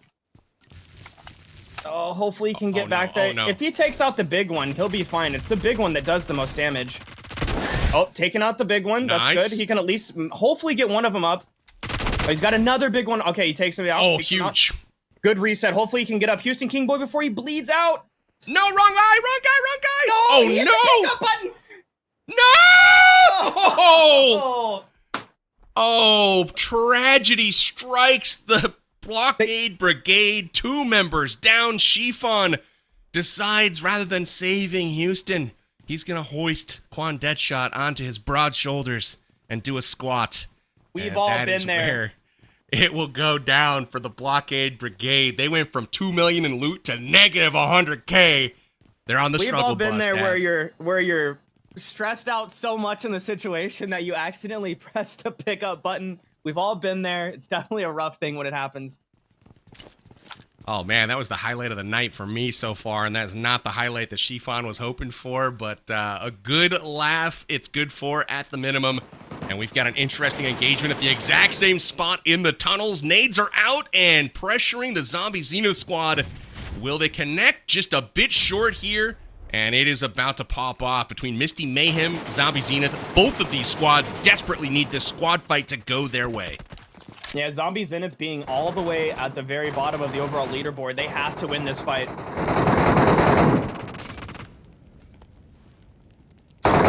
Mollies are making it very difficult for each squad to progress. The pursuit has become next to impossible for the Misty Mayhem squad. They're just going to continue to be content with throwing grenades down the hallway here as Zombie Zenith just trying to make it out. Looks like T-Mag's just about to get back into the fight. All 4 players back up for Zombie Zenith, but they will try to make their escape and live to fight another day here.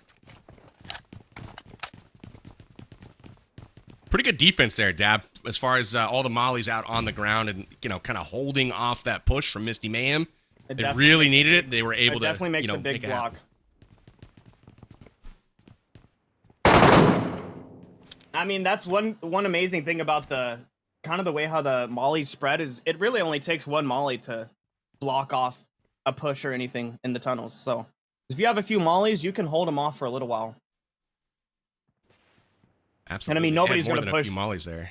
Nobody's going to push through smoke either, because like the second you come out on the other side of that smoke, there's so many areas that you have to look at, and especially if there's 4 players on the tracks, like you're just going to get beamed the second you come out of the smoke. So definitely a good play to use their tacticals and just kind of reset.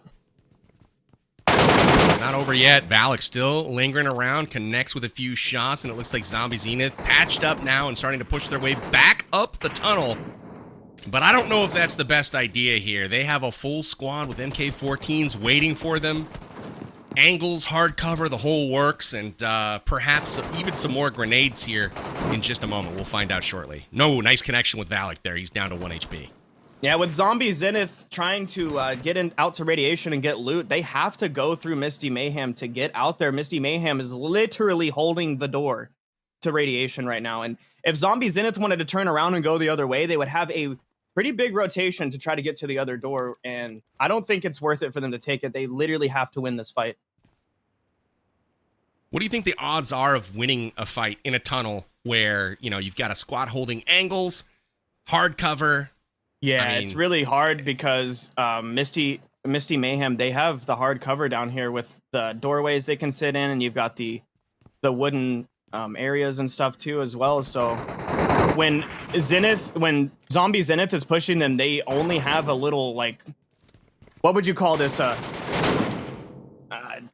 bend. They're holding a bend, which I'm gonna go with a dog leg. If you're gonna call it frog dogs, this is the dog leg. We're gonna go with that. There's only one area that Misty Mayhem has to focus on, whereas Zombie Zenith has to focus on the left and the right side of the tunnel. So, I mean, depending on where the fight's happening at in the tunnel, there is definitely a team that's going to have an upper hand. It looks like they're thinking about turning around and going the other way, because they definitely know they're wasting time right here. The more they sit here and try to take this fight and run down their consumables, it's just more time that they don't get to be out in radiation picking up the loot that they desperately need at this point. They really do. They just got rid of a lot of loot value with those throwables as well. And you gotta think that they probably threw most of their utility just trying to stay alive. You know, that first part of the encounter ultimately got patched up, made their way back down the hallway, tried to engage again, but again with the hard cover, the angles, people on both sides of that tunnel, Misty Mayhem easily able to defend and even pick up another knock. And you saw the second that team hit the ground, Zombie Zenith, we saw the push back up the tunnels from Misty Mayhem, unable to actually get the finish, but, you know, easily able to defend here. And Zombie Zenith has no choice but to turn around and try to find another way. That's a big, big dent in their hopes to start, you know, amassing a lot of loot value here. But you can see up at the top, we've got another big clash kind of brewing. Yeah, we got Metro Masters out there. We got the Tunnel Tirades out there. We've got the Blockade Brigade out there. So a battle of levels here, it looks like. We've got Ares and his squad up on top of the building. We've got one team down on the main level here. It's the Tunnel Tirade. And then in the tunnels themselves are the Misty Mayhem down below. But all three of these teams could be clashing any moment. Yeah, I mean, Tunnel Tirade is holding the side that Misty Mayhem is about to be entering on, so we might see Tunnel Tirade get pinched right here, and their lead could be very shortened after this match if they don't win their fight right here. You know, Misty Mayhem is in second place right now, and I don't know if they know who is who or, you know, if they've seen any knocks that have revealed any sort of, like, team information, but if they do figure out that it is the Tunnel Tirade that is right next to them, that would be a big swing of loot, and one that Misty Mayhem is definitely hoping for. Yeah, I mean, the second you know you knock the Tunnel Tirade member, you're definitely going to get fired up and want to take the push to just get him out. 100%. I think they have to at this point, too. I mean, you're not going to get a lot of opportunities served up on a platter with a third party kind of pinching them at the same time. So the second you know, you just got to shift your focus. You know, they don't know that Zombie Zenith is fully gone at this point. You know, they've got to assume they probably took a different way. But they could be lurking still. They could be lingering. And just like that, Tunnel Tirade does go down. They do get pinched. Misty Mayhem will get the eliminations to finish them off, and they will be stacking up the loot. This could be the gap that they were looking for to close the gap on the number one team. Yeah, it looks like Metro Masters got half of those elims too, so they split the points from that, which both teams need the points, so it's good for them. But they have to fight each other now, so. Yeah, the key, though, is that Misty Mayhem was sitting on top of the loot. Oh, no. But the Metro Masters are not going to allow them to get it freely. They're going to fight for it. Only NRI Gaming and Valak left for Misty Mayhem. The P90 putting in work right there. As I was saying earlier, the close range fights, the P90 is the new king. Absolutely. The bullets just fly faster. They hit, and they fly. A huge swing of events right now. Tunnel Tirade obviously getting their hopes and the wins and their sails kind of deflated a little bit, but Valak and Misty Mayhem had an opportunity to close the majority of the gap between first and second place, but unfortunately for them, Metro Masters had other plans, and it looks like Metro Masters will be the ones to actually come out of this fight ahead, getting the majority of the loot. Valak does survive. Misty Mayhem isn't eliminated at this point, but they're also negative 1.2 million in loot, and, you know, he probably won't pick up much that was dropped by the Tunnel Tirade squad. Now, Valak is a pro player, so there is a potential he could run out there and just 1v4 him and definitely take all that loot back, but only time will tell. This is definitely a crazy swing of events as Tunnel Tirade knocked out with negative 3 million. So that's going to knock their 12 million down quite a bit. As you see, some of the other teams that are in the bottom ranks going to be moving their way up. Metro Masters and Zombie Zenith, at least, not sitting negative right now, which is pretty good for them. They've had a kind of a rough start to tonight. So it's very, very nice to see a swing in the story. Absolutely. So this is big swing of events, as you mentioned. And I'm excited again to see how this affects the overall scoreboard. Remember, they were sitting at just over 12 million cash after 2 games. That's going to come down to 9-ish million. Second place was, I believe, Misty Mayhem at around 5.6 million.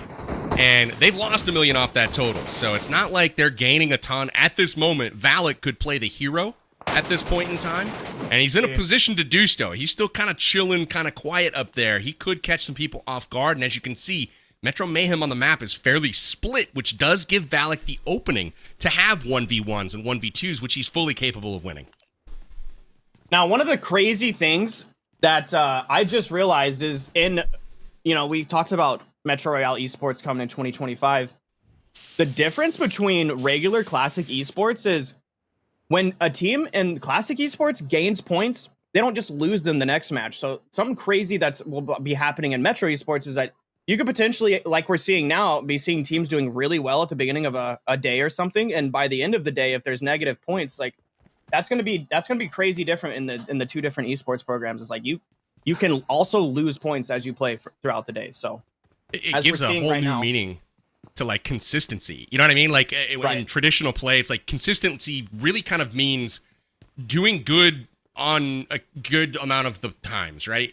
Like consistency in Metro Royale means don't do bad. You know what I mean? Like if you could stay alive, then you're good. It's like a whole different like perspective on the word consistency. Excited to see how that plays out for sure. We see Zombie Zenith and Arctic Allies possibly about to have a fight here. They're setting up on each other. It's good to see T-Mag still alive.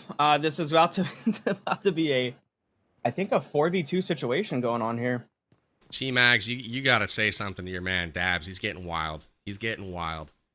He's going to watch this back and not know what to think anymore, man. Are we actually friends? What's going on? I feel like if you're true friends with somebody, you should be able to, you can joke with them. So it's me like and T-Mags are right thick now, as baby. thieves. T-Mags is actually one of my moderators all the way back from 2018. He was honestly one of my very first viewers. Back before he was even a content creator and anything. So really proud to see where he's come. T-Max just got his toes shot off. He got spotted out there by Zombie Zenith, it looks like. And the fight has begun. Becky Gaming lobbing a few shots here. And like you said, the ammo not an issue. 700 rounds in the bag. Ready to go downrange. Yamna gets connected with here, but not before T-Max takes some return fire off the rooftop here. He's going to have to patch himself up. The throwables seem to be not exchanging hands as often in this outer world as it was like in the tunnels, man. The tunnels teams were fighting and it was just like, here, eat 47 grenades immediately. And here it's a lot more about the gunplay. Yeah, this is where the MK comes in versus the P90s. There's going to be a lot of long-range fights out on Misty Port. If you're not in the tunnels, it's definitely some long-range fights. It looks like Wancho is meeting back up with the team. He was trying to take an angle on Fate there a minute ago, but it looks like he changed his mind. Fate and Killshot making their way down the pier to where the lighthouse is. I think they're going to try to cross over the lighthouse and get an angle. Yamna getting knocked. That's not good. It looks like Taf Garcia might go for the res there. And one knock is not worth taking the push, so let him get the reset. Looks like Killshot is low. Really good angles here coming in from T-Mags and the Arctic Ally, or not the Arctic Ally, Zombie Zenith rather. Going up against Arctic Allies right now. The knock has been confirmed up on that rooftop. Taf Garcia going for the revive. Does get it, and Yamna immediately retreats here. T-Max on the push, gets taken down, and just like that, things start to swing the other way as both flanks have losses. Fate down, but Killshot able to take out Wancho on the push, perhaps getting a bit overconfident. The pros are down. Killshot thirsting Wancho. And Taf trying to figure out where that came from. Where are they? Where could they be? One more ledge. Just one more ledge. Oh, Killshot peeking it. No. Taf somehow makes it away, but this is not looking good. Fate did not get the revive, and kill shot now down. It all comes down to this. I believe it's just T-Mags. That is still, it's T-Mags and Bella over on the flank. They're going to try to lend support. They're able to get there in time to cut off Taff Garcia, but unfortunately, Yamna already makes the crossing, picks up the confirms, and just like that, Arctic Allies will turn the tide in this fight to their favor, and it's a 2v1, or excuse me, a 3v2 at this point in Arctic Allies' favor. It looks like Bella and T-Mags are maybe going to make a far right flank. Or they're just going to back out of here, realizing that they honestly have lost a lot of loot at this point. Negative 1.5 million. Oh, they should have just taken the rotation in the tunnels and went out to radiation the other way, but... Absolutely. Tough breaks for the Zombie Zenith squad this round. They got a bit split, too. They had a 2-2 split going on, and unfortunately for them, they lost both flank players at the same time and really couldn't provide support. Both of the angles that would have given support normally were in the middle of reviving, and just too much momentum in the favor of Arctic Allies. But really the story here, it hasn't been on camera in the past few minutes. It's the Metro Masters, 5.5 million Metro cash already in their pocket, 10 minutes to go until the extraction point, but they're the only team left with a full squad, and they've got a 4 million cash lead right now in first place for the round. They're trying to make a significant dent in the overall leaderboard because, again, Dab, if you recall, 12 million loot for Tunnel Tirade. There is an 8.7 million loot disparity right now between Metro Masters and the Tunnel Tirade. So a massive gap has been closed here so far. Yeah, and negative it 3 million out like plus this. 5 million, This is gonna definitely. be huge. Now, as I said earlier, I mean, Ares is definitely one of the best players to play on Mistyport. He's been #1 in the USA leaderboard several times, and his #1 strategy is speed looting the radiation zone on Mistyport, like you see him doing now, and popping a flare and leaving. There's a lot of people in the Metro Royale community that try to hold some sort of leaderboard spot, whether it be the world leaderboard and the region leaderboard, whatever you have your flag set to in the game. And definitely the #1 strategy is what Ares is doing right now. And I kind of called it earlier. He's definitely going to be the strongest player in Mistyport. Over 6 million now for Metro Masters. That's a 9 million point, gain essentially on Tunnel Tirade at this point. And I got the feeling they're not even done yet. The reality is these other squads that they could potentially run into are not going to be super keen to take a fight, given that none of them are at full strength at the moment. There's 2s, 1s, and 3 squad members left in Arctic Allies, Misty Mayhem, and Zombie Zenith. So Metro Masters, this is their time to shine and their time to put up massive points on this leaderboard. And the herd is not done being thin just yet. They're not done fighting. They are still going at it over here. Yamna back at it with Bella Fox, and T-Mags down on that off angle, so it's up to Bella right now as the sole surviving member of Zombie Zenith to get this dub. Does she got what it takes here, Dab? Is she gonna get it done? I've seen Bella pull off some crazy clutches before. I think she can do it. I'm rooting for her. I hope it goes. We got all the we got Taff on one side. We got Yamna. Quite a lot of girls repping right now on the battlegrounds. We'll see if they can get it done. Yeah, you can. I've been watching a lot of Bella Fox's content lately, and she's definitely been growing like crazy on her YouTube channel. If you haven't, make sure you go check her out at Bella Fox. And everybody else here in today's tournament, you just search up their name on YouTube or TikTok, and there it is. I was hoping she was gonna peek. I was like, shoot her. She's crawling away. Becky isolated on the outskirts right now. Good lean peek. Pushes Bella back just a bit, but she's kind of even the odds right now. She's got players isolated where 1v1 fights are possible on both sides, but she's got to take one and commit quick here before they can support each other. They don't have the angles right now. Becky on the push. Bella has the high ground here, and nades are drawn. And if Becky can get over the top here, the tables could turn very quickly on Bella. oh no, is that a caster curse? Well, kind of predicted that might happen with the going over the top, but it was tough. I would have loved to have seen her hold the high ground there, push the action again, trying to keep those players separated from one another, but they were able to close ground, both of them on the push. Got to the point to where they did have the ability to support one another, but ultimately Becky didn't need the support. Able to pick up the clean 1v1 from the top. And just like that, Zombie Zenith out once again, and they will be down to 3.3 million loot in the hole. Not what they were hoping for, and it all comes down now to Metro Masters, Arctic Allies, and Misty Mayhem. Again, Misty Mayhem needs 1 million just to get back into the positive for this round. Valak, I don't think he's moved. He's in the exact same spot as last time I saw him. He might just be waiting for somebody to make a mistake and run out in front of him. Looks like he's finally on the march over there, but Valak has been posted up. He's going to hop onto the rail car here and get himself out of the tunnels. But yeah, he was chilling, just waiting for somebody to leave. And unfortunately for him, that does not happen. I admire the commitment to the camp, though. You know, just waiting for somebody to come around that corner. Perhaps he's got an S12K. He doesn't. It looks like he's got the MK and the P90. But both of those very capable close-range weapons as well. But unfortunately for him, for the second time today, his strategies will not pay off. But, you know, he's in the right place. And unfortunately, the teams have just gone the other direction.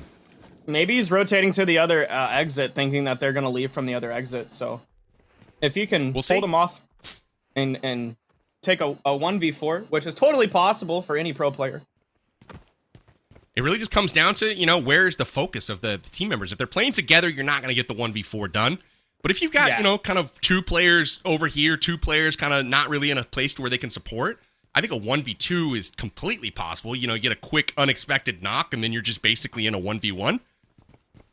Yeah, I mean, every person on Metro Masters is definitely a sweaty player. Aries being a really well-known Metro player. Angry Hoser streaming every day. He's really good at playing classics. And then HH24, obviously being a pro player. And then Fake Dream, he's in my community. He's been in one of my events, and he's done nothing but clutch up every time I've ever watched him. So it would definitely be interesting to see Valak take a 1v4 and win it there. Absolutely. No slouches at all on this team. As you mentioned, seen a lot of them around the community myself. Long time competitors in these events and always seem to perform well as we get down to 4 minutes to go in the lobby. These teams are starting to extract right now. Arctic Allies fully out at this point, and it comes down to Valak and the Metro Masters. That is all that we have on the battlegrounds right now. So Metro just padding their stats at this moment, and Valak is going to try to make a miracle happen. I think if Metro Masters doesn't have a flare gun, they really need to start making their way to extract right now, because if you wait too long, there's just no chance. So hopefully they have a flare gun. It seems like they do if they're still sitting out here right now. Or maybe nobody's paying attention to the timer, but depending on which extract they have, it looks like 1,000 meters. They're both 1,000 meters away. So if they're going to run to the extract, they need to leave right now. Oh, HH24 pulling out the flare gun. All right. Well, looks like it's all under control for the Metro Masters. I think that they will be just fine here with that flare gun. Again, down to 3 minutes to go. And Valak has extracted at this point. Misty Mayhem out of the map, but that is going to confirm Metro Masters are going to make up 9 million points on our leaders' tunnel tirade. I don't know if it will be enough to overtake them, as there was quite a big gap, but again, tremendous progress, and it ensures at least a 2-team race going into our final couple of maps. Again, we're back to Zombie Uprising next, so it's anyone's game still. I can't wait to see the overall leaderboard here after that one. I mean, Tunnel Tirade losing 3.1 million and Metro Masters coming off on a whole bunch right there. We could see a massive shakeup on the overall leaderboard. We'll definitely get to calculating those totals. I'm sure we've got people punching in all the numbers in the background, but Dab, reaction. We saw, again, the spawn points on the west. It led to some early fighting. Once again, we saw some teams over on the east kind of get away pretty easy. But again, I feel like this all came down to the fights in the tunnels. We saw, again, kind of some teams being blocked, some teams posting up, kind of camping it, just making sure that their enemies could not overtake their position. What stood out to you in this this third game as we take a peek at our replay package? I'm sure it's about to be in the replay here, but oh, yep, here we go. This team getting taken out, the Blockade Brigade getting taken out by the Frog Dogs is definitely the highlight of the match. And Chiffon accidentally pressing the pick up button. As you see right here, they even put it in slow-mo. They did him dirty. Hitting the pickup button as opposed to the res button definitely kind of killed things for that team. Absolutely. We got the mollies on the ground. Again, I love to see the fighting happening early on in this one with the nades. The defense is clutch. Fox 1K goes down to an unfortunate throwable there. But this right here was the turning point. I thought Misty Mayhem had an opportunity. They got the pinch on the Tunnel Tirade and took him out. They went for the loot, but I don't know that they realized how much of a pinch was on because Metro Masters put the pedal to the metal and forced the action. They caught Misty Mayhem with their pants down and ultimately secured a ton of loot, a huge point swing, and it was Metro Masters capitalizing rather than Misty Mayhem. Yeah, when we were watching that fight, I saw Ares pushing up really, really, really hard. He's super aggressive when it comes to any Misty Port fights. As I said, he's kind of the Metro Master, if you will, at Misty Port for sure. Poor Bella getting taken out. There's them Frog Dogs getting taken down as well. See a little coordinated extract here from our leaders. It is our Metro Masters putting 6.5 million loot value towards their total. That is a massive, massive score right here. And again, looks like Zombie Zenith will lose 535K. Tunnel Tirade only losing just the 1,000 loot, it looks like, on their total. As they did pick up a elim to add 100K. So again, not as much of a gap close as we were hoping for, but we'll take a peek at what that overall situation actually looks like. Let's see the leaderboards here. It is Tunnel Tirade still on top, but boy, we got a game because there are 3 other teams that are very firmly in this one. Metro Masters sitting in second place at 8 million, Misty Mayhem in third with 7 million, and Arctic Allies close behind in fourth at 6.5 million. Dab, what do you make of the overalls here? I'm really excited to see that 3 other teams, Metro Masters, Misty Mayhem, and Arctic Allies, actually had not that bad of a match that run. Coming out with a pretty decent amount of extracted loot and kind of closing the gap with Tunnel Tirade. I mean, we couldn't let them run away with all the money tonight, as they're, you could be making anywhere from $100 tonight to a few thousand. So excited to see the story getting shaken up a little bit here.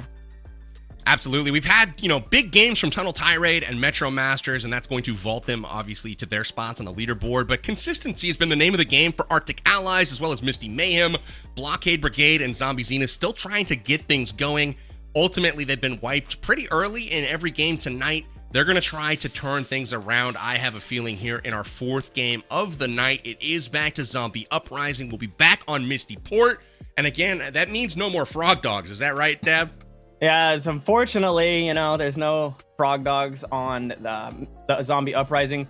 And the reason why I called them Frog Dogs, I kind of wanted to point it out, is on the OG old blockade zone that we're going to be seeing for the very last match, they're out in radiation. There is actual dogs. And the reason why we call the Misty Port the Frog Dogs is because Misty Port is what came out after old blockade zone. And we really didn't know what to call them. Like, they still kind of were dogs, but they kind of look like frogs. So call them Frog Dogs.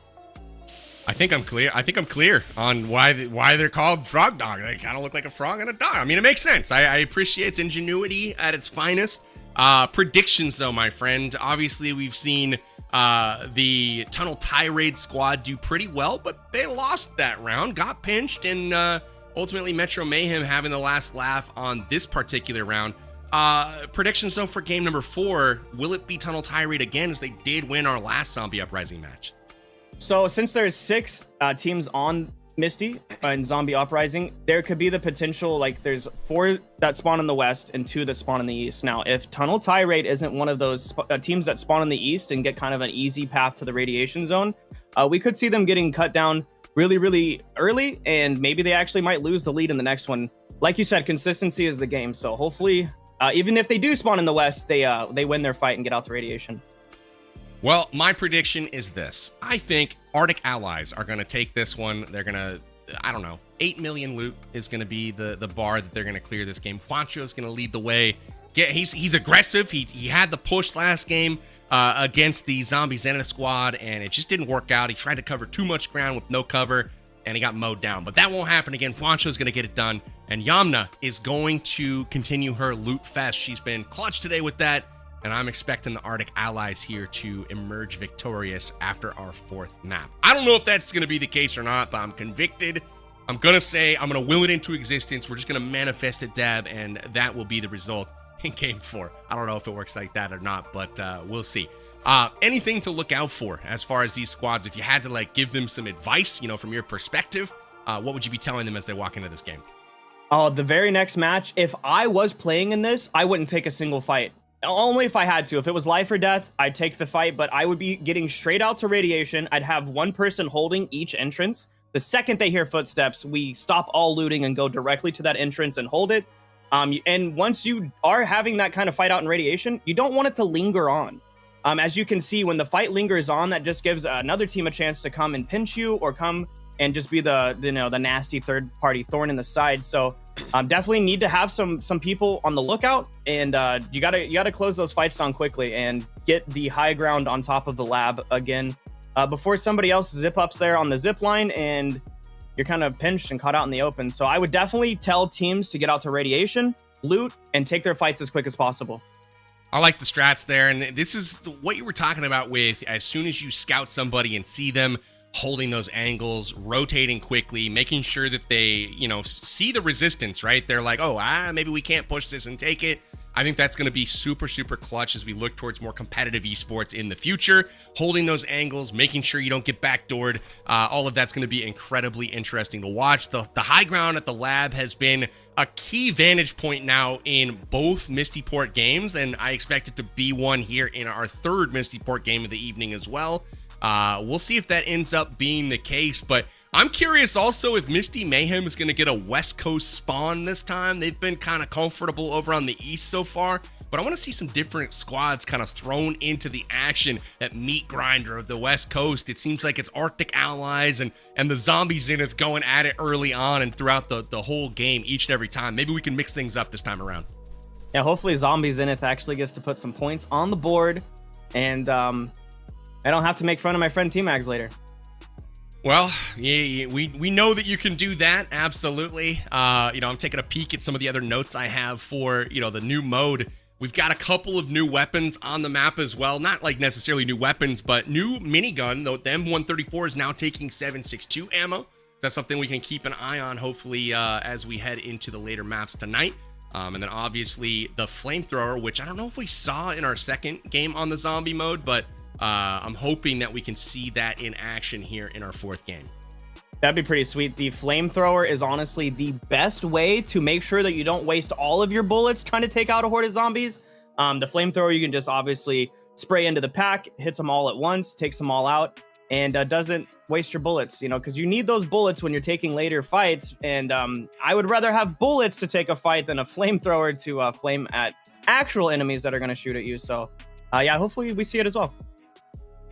Absolutely. We're getting ready for our 4th game, getting the players loaded up. We got to chase down just a couple of more players. They're being naughty. Who knows what's going on? But I want to talk a little bit about most valuable players. I don't know if we have an official MVP for the evening, but has there been any players that specifically have kind of caught your eye as being like, this dude's got it going on tonight, like making plays, obviously guy or girl, anybody out there really kind of like, we should be keeping an eye on them? All right, obviously, Dr. Chemist from the Tunnel Tirade, just leading his team for most of these matches in the correct direction, doing the right thing, making the right plays, making the right moves. Just absolutely holding it down for Tunnel Tirade. And I can't just say one, because also Ares has been doing really well for the Metro Masters, making the calls, and just trying to stay overall consistent, which is why they're in 2nd place right now. Potential that they could overturn. But yeah, with the next match being on Zombie Uprising, so on Mistyport, we probably will see Ares absolutely just dominating it again. But yeah, definitely Ares and Dr. Chemist, really strong players in today's tournament.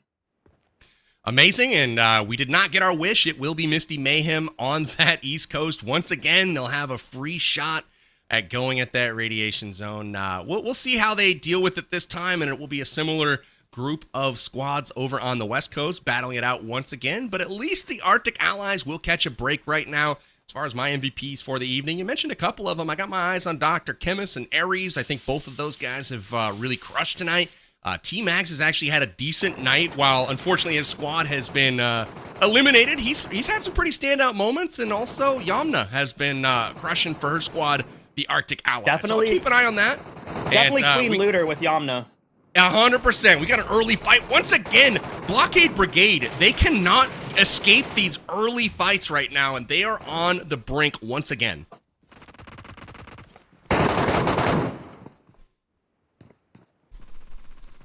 T-Mags and Bella Fox holding back, not wanting to get too heavy into the fight. Shifon has to get the res on Quan Deadshot, so he's going to push up and try to hold off at least them getting the thirst. Got some good angles being held here by these teams. They are close together right now, so really they're hoping that Killshot doesn't get caught out. Not in a great spot to support him right now. Houston's going to have an angle, and Shifon is kind of spread as well. So ultimately, neither team has great tactical positioning here, and they're going to try to make the best of it. But ultimately, Blockade Brigade down a member and trying to not be down 2 at this point. But it looks like they might be content to just survive and leave poor Quan Deadshot here to his own devices. Unfortunately, they are definitely not walking away from this without taking the fight. One team's getting eliminated right here for sure. There's no path that you leave from here that you don't get shot in the back. So it's really not an option for him at this point. They have to take the fight. A nice cooked nade on T-Mags. Wasn't cooked long enough. He saw it coming. Yeah, I was able to quickly avert his path and get to safety. He will get pushed right here, but able to back off, grab an angle. Bella Fox overwatching right now, and she's not even going to need to. Houston Kingboy knocked and finished just like that. Quan Deadshot about to leave out, and once again, for a second game in a row, it's all up to Shifon, and he does not have angles. He's eliminated, and early out again are the Blockade Brigade. They will be losing some loot here, and unfortunately for them, just not adding anything to their total. Things are looking bleak right now as they have just one game to try to claw their way back into the prize money. Hey, this is a turn of the tides for Zombie Zenith, though. Winning a fight, actually getting to make it further into the match as not a whole team, but at least a trio. And see if that loot value they'll make their way climbs out. Up. Yeah. They are 1 million behind right now, so... Or 1 million from neutral... What would you call it? Default, or... Yeah, we'll just call it 0. 0, yeah, 0. That's a good term. I forgot for it. that number existed. I mean, is it a number though? I mean, I don't know. Got a bad. Yeah, we got a bad deal right now though for Zombie Zenith. They made it out of one fight, but they've got a problem on their hands. Got Ares and Fake Dream overwatching right now. It doesn't look like they're gonna be in gate. Well, maybe. Because they've got players on the flank right now as well, but they get caught. Not sure who's shooting them. It could be a third party here.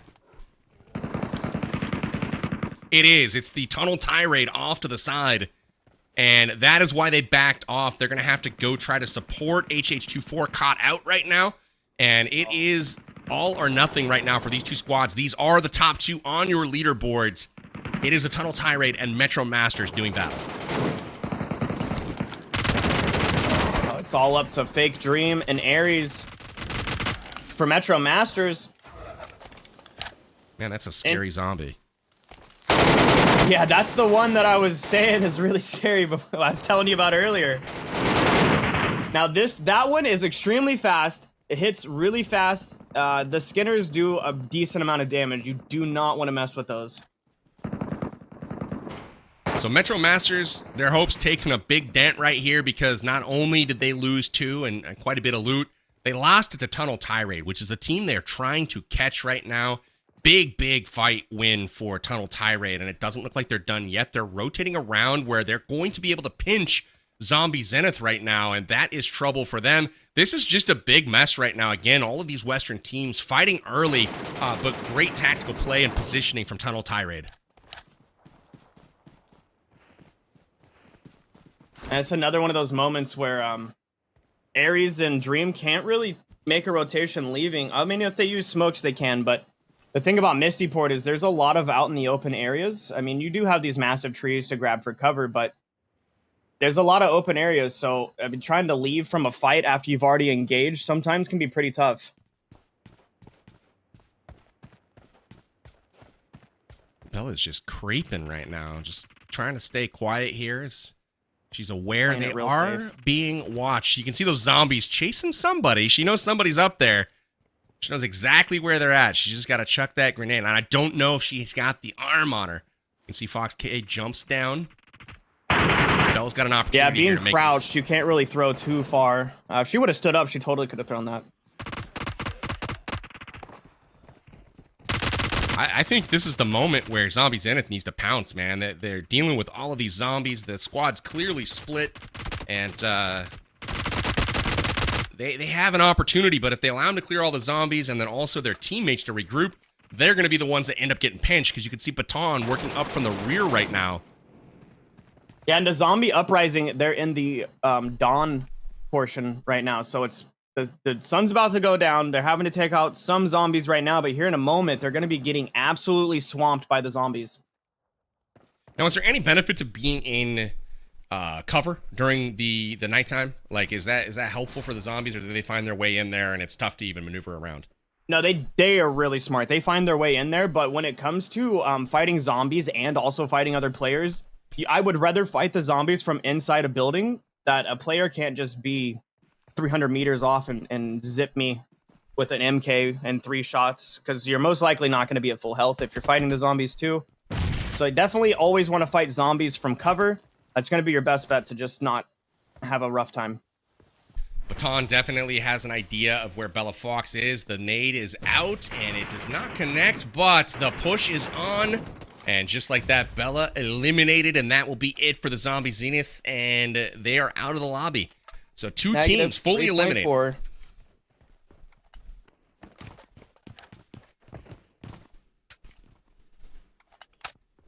Be interesting to see the map, because Metro Masters, they did have Fake Dream and Ares kind of creeping around the edges of this fight right here, and I'm wondering if they just decided to go ahead and take off towards Radiation.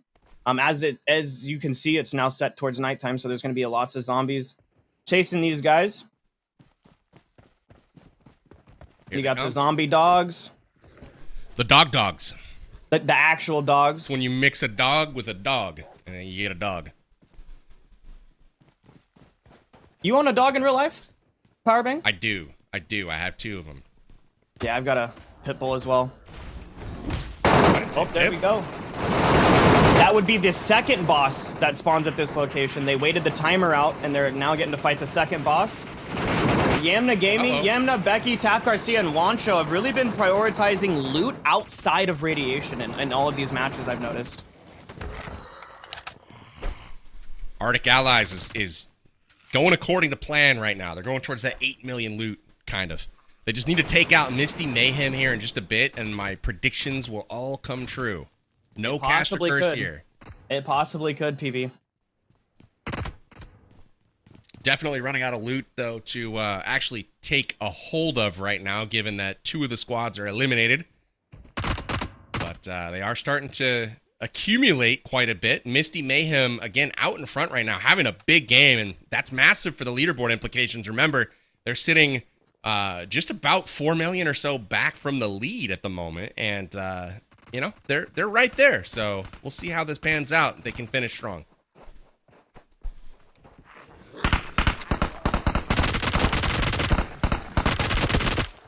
Yeah, if they take out Metro or Misty Mayhem and get that 4 million, they could actually be in #1 spot for the last match. Absolutely. Look at the ammo on Fox 1K. This man is packing.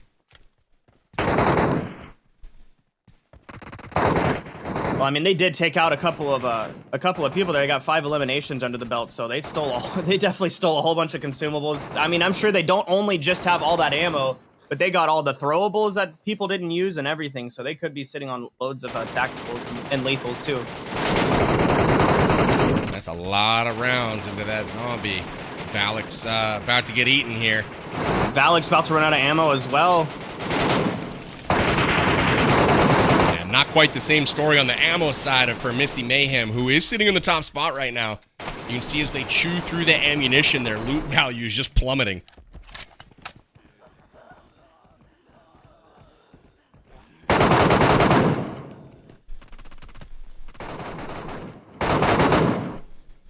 I think with the amount of loot that they have on the leaderboard, they've probably not looted all of the radiation zone. So I think that Tunnel Tirade and Arctic Allies, and even the duo from Metro Masters, still has a chance to get out there. They're going to be out there for a little while longer, so they definitely have a chance. It looks like we might see a fight coming from Metro Masters and Arctic Allies here in a moment. They're not that far away, one at the construction site and the other team at the mansion. Any shooting that's happening right now, I was kind of talking about this earlier. If anybody pops a single shot, they know about each other, because that's close enough within earshot to know. So it looks like Metro Masters is looting up the mansion, or excuse me, the Mason. I always call it the mansion because it looks like a mansion. If you loot all of this building, there actually is probably about $1 or $2 million worth of loot right here. That's insane. It's got 3 floors. It's got a second story. It's got the first story, and then it's got a basement that has a bunch of loot. But they've got to kill these zombies, so they know about each other definitely because of the zombie eliminations happening right now. Definitely seemed like Juancho and the squad is headed that way, though. They were headed towards the Maison, and we'll see if they connect. I don't know. They're starting to head to the southwest now, which is not quite the same direction, but I'm hoping they actually find each other. It seems like everybody's kind of preoccupied with zombies at the moment, but as soon as dawn arrives, I think you're going to see a shift in priorities right now. Again, a lot of loot out there to be had. I think there's about 1.5 minutes left of the zombies, so if they can survive, we might see a fight. We might see a really sweaty fight. Look at all those zombies. Oh, that's so many. They're running out of bullets. They can't take them all out. You kind of have to keep some of them alive.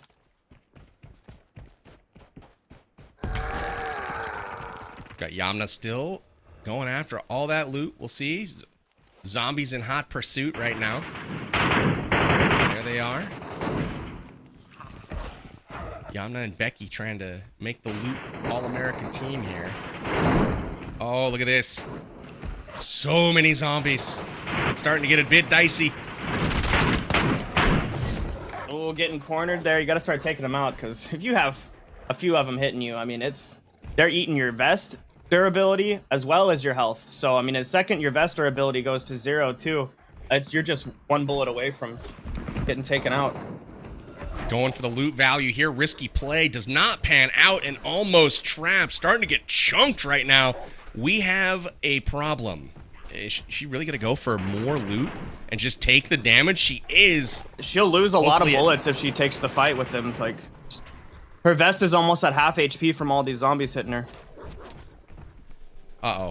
We got a big time attack coming in from these zombies, and this is looking sketchy. That vest is 2/3 gone at the moment.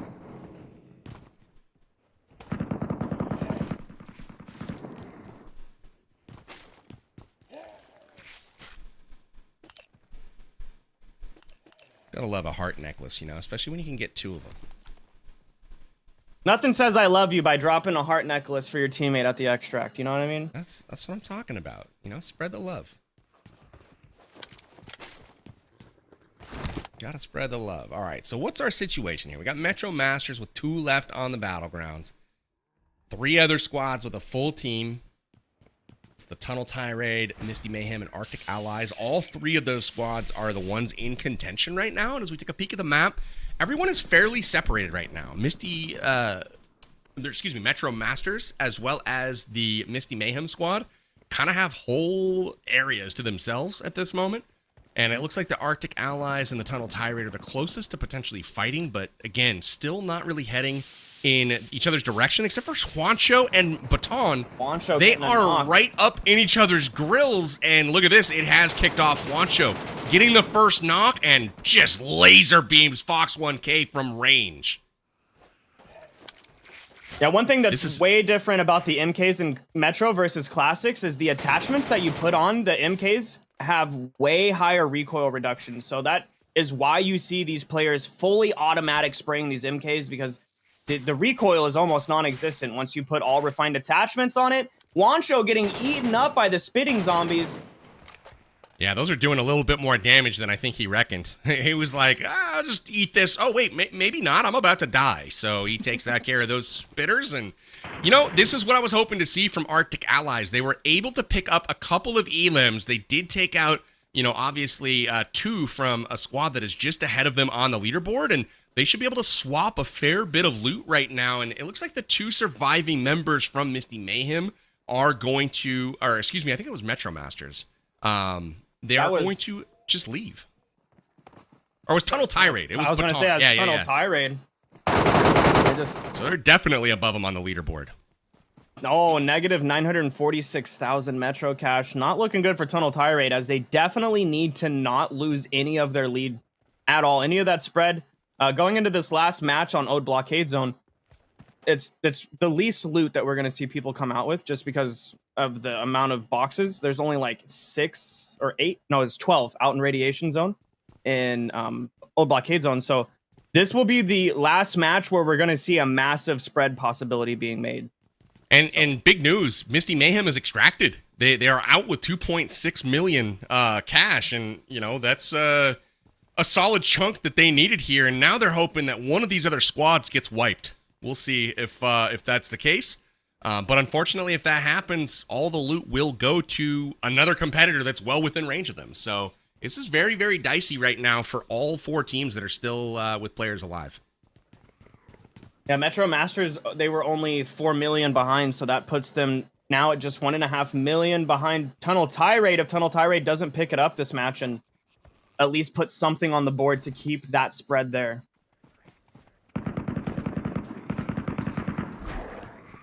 Metro Masters, Aries pushing out to Radiation a little too late, a little hungry for the loot, but I don't think there's going to be any left for him there. We're about to see some zombies. I think they took him out as they, I think they touched it and made the zombies come out, and then they took out the zombies and then finished opening it. We just got there a little late. I was hoping to see the horde and get them all mowed down, but here is the extract here. Dr. Chemist is out of here, and that will be 2 successfully extracting from Tunnel Tirade. And just like that, we have just 2 teams left on the map. It comes down to Arctic Allies and Metro Masters. Arctic Allies having a good game here. They're up to 2 million loot and all 4 players alive. It's a 4v2 situation right now, and they have some time left to play with, 12 minutes. Yeah, they definitely have plenty of time to actually probably come out of this on top as the first #1 team. So Aries knows where all the loot is, that's for sure. The interesting thing about the loot boxes out in the Radiation Zone from Mistyport is they actually hide them in very, very non-suspect places. Like there's one in the water, like inside of a crate underneath the water, a container, if you will.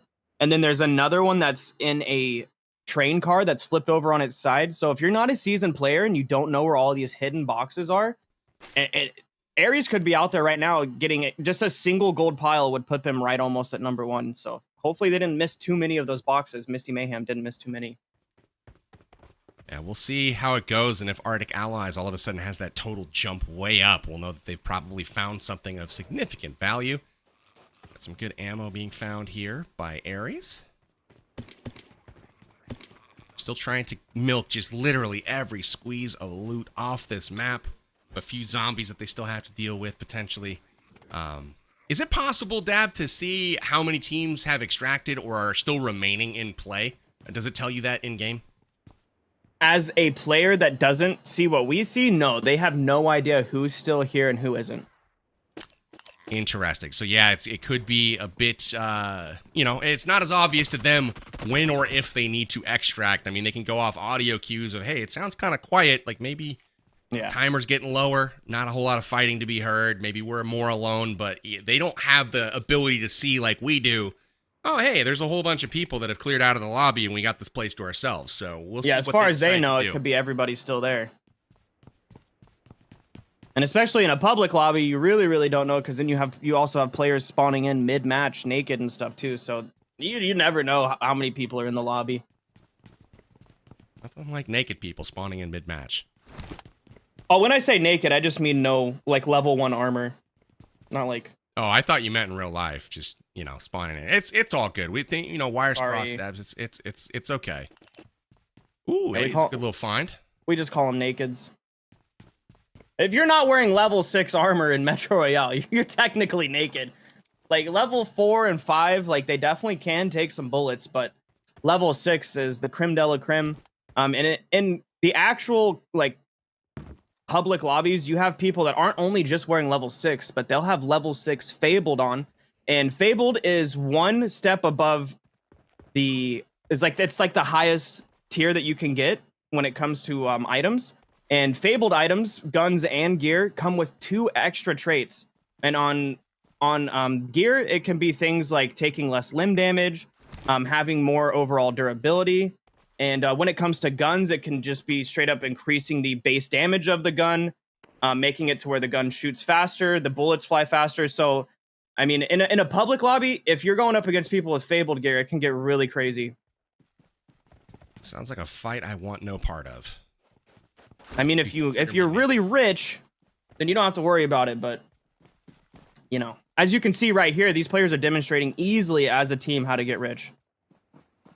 The end game of Metro is rushing out to radiation, taking all the loot, not letting anybody come and take it from you, and extracting with all the glory. And it does look like Arctic Allies will be taking some glory here. They do not pick up enough to actually overtake that first place spot, which is a bit surprising given the situation that they have in front of them. But we'll see if they actually choose to extract right now. They still have 8 minutes to potentially hang around and loot up around the extraction point. Not sure how much loot there is to be found, if it would be anything significant, but we will keep an eye on that as we take our attention to Metro Masters right now. Just 2 members left alive in Ares and Dream, but both of them, you know, obviously know where to go, trying to get those last little bits of loot into their bags. Yep, there's another sneaky location some people don't check up on that tower.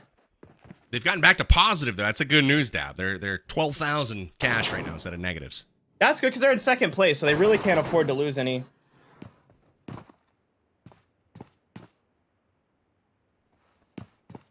Yeah, when there's money on the line, you know, you could be winning anywhere from $100 here. These players could be all the way up to 1,000 or so. 450 per player if you win first place versus 100 per player for winning last place. So if it was me, I would take every single last second to open up every tiny box. I wouldn't let a single box go unturned. That was a good one. That was about 150,000 that he just got out of that box. That's so massive. That's definitely going to give them at least some earnings. They're climbing quickly compared to like Arctic Allies, right? There's only one team that can actually make a dent right now. Arctic Allies has put up about 100K around their extraction point, and Metro Masters has gone from negative all the way up to about 500,000 right now, which is impressive. And Dabs, I don't mean to correct you, but it's even more money than that for the first place squad. It's $700 per player. So we're talking, we're talking a couple of, trips to the gas station. It's 450 per player for second. You're right. Yeah. So big money on the line for these guys and gals tonight. I'm excited to see who ends up with the cash. At this point, I thought it was going to be a bit more cut and dry with Tunnel Tirade after that quick start. But I'm not so sure, man. We got some teams making a late push here as we head into our final game. Metro Masters, I would love to just see one of these players find a gold pile right now. And a gold pile is worth $500,000. And if Arctic Base found a gold pile right now, they would definitely shoot up to the first on this. I would think it'd be pretty rare. Looks like they're making their way to the extract. As you can see, the green smoke off in the distance. It's about that time. We're coming down to about 5 minutes left to go. We should see the timer hit the screen here momentarily. Whole pile of zombies they're going to clear out, and maybe they get a good drop here. We'll see.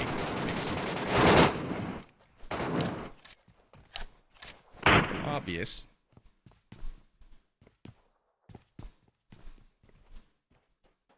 Launcho smelled the box. He knew it was there somewhere.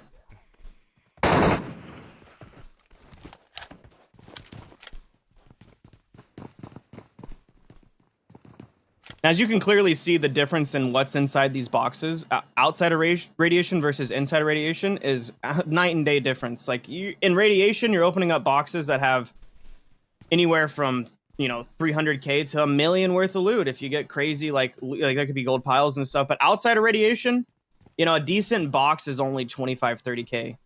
Motor oil and pocket watches, baby. Definitely utilizing the radiation zone is what's going to win this tournament. Absolutely. We've got the countdown on. 5 minutes are on the clock right now. 2 teams left on the battlegrounds. It's Arctic Allies sitting in second place right now for the round. 2.4 million cash in hand. And just 2 members of Metro Masters remain, but they're up to $500,000. Kind of rebounding off of a bit of a rocky start, losing 2 of their players, but closing the round strong. And you got to love that for their overall chances as they head into the final game. Yep. I couldn't agree more.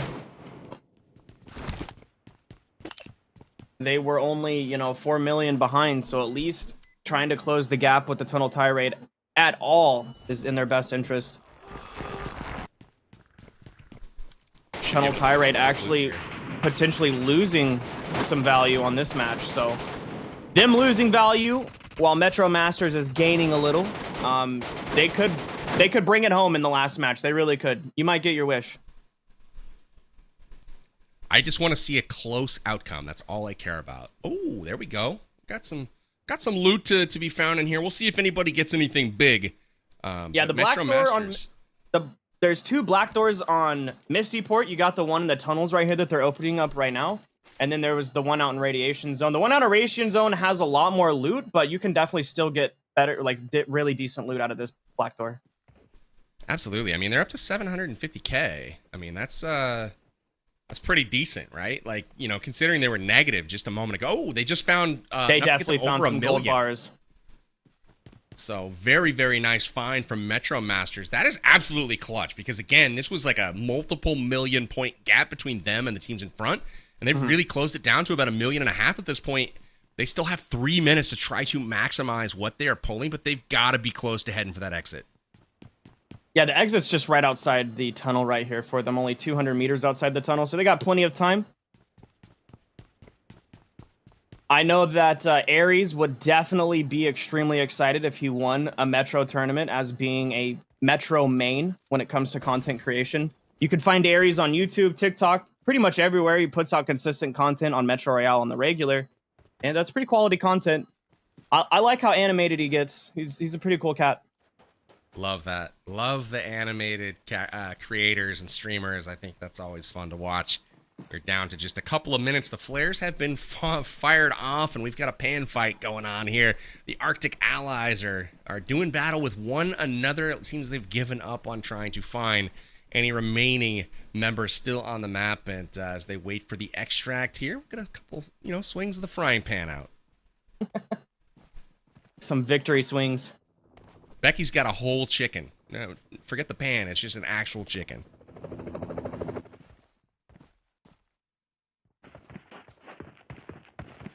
Looking good for the Arctic Allies, coming out with 2.4 million in earnings. They definitely needed that. They're one of the teams that's up in the topper echelon of the overall leaderboard right now. The second, third, and fourth place are only a 1.5 million point spread, so they definitely just kind of closed that gap, but they actually might be second after this. I'm excited to see it. We'll catch our scores here in just a moment, but man, what an exciting round. Again, our second map of Zombie Uprising for the evening. We saw teams do battle once again, taking it to each other early. That West Coast spawn seems to be just an absolute deadly one on Misty Port, and it just is really, really sucking people into those early battles. I'm looking at Zombie Zenith once again. They were a victim of that spawn where everybody just seemed to be looking at them. They're having to fight early, but fortunately for Arctic Allies, they spawned on the other side this time, and it led to a 2 million loot round. So they didn't get the win like I predicted, but they were up there on top. And Dab, I gotta say that, the top 4 teams essentially that were, in the lobby at this point, 3 of those 4 closed the gap on the first place team. So we're gonna have a real horse race here as we head into our final round. Yeah, it's going to be nice to see that the last match is going to be a make it or break it for a lot of teams here and not just one team out and so far in the lead that it's not possible. This is going to be a very interesting last match. One of my highlights for this match was definitely getting to see Arctic Allies make, I think this was the best match that Arctic Allies has had. They had good fights, they had good loot, and Yamna Gaming definitely leading her team to victory. HH24 and the Metro Masters have got to regret that one. They got caught on the third party right there. They were split and just too far away from one another to help. And unfortunately, it not only did they get caught off guard, but it took their advantage away, because remember, they were collapsing on Zombie Zenith at that point, and they could have basically got another squad wipe of an unexpected squad that was also under pressure, and it just really took them from a positive situation all the way down to survival. Thankfully, though, given the, I mean, look at, they're a million in the hole right now. They were able to go back to 1 million positive, which is a massive swing with just 2 players on the map. So you got to tip your cap to the Metro Masters. Yeah, Aries is a really good leader there. He definitely made the call to back out of that and just prioritize loot for the rest of it. And you called that early on, and that was the move. Finding a black password to get in that black door was huge for them. It really was. I mean, they walked into that. They had about 400,000 cash. And once they came out of that room, they were over 1 million. And, that's just a massive clutch thing to get when you're scrounging for every bit of loot possible. The fact that they were able to make it to that, the black password room, that's huge. I mean, instead of just hanging around on the outskirts. Let's check the leaderboards, though, after the 4th game and see how things shaped up. Misty Mayhem, a beautiful round from them. They'll extract with 4.8 million in loot, which is great. Arctic Allies sitting with 2.6. Metro Masters with 2.5. Tunnel Tirade with 1.1 million.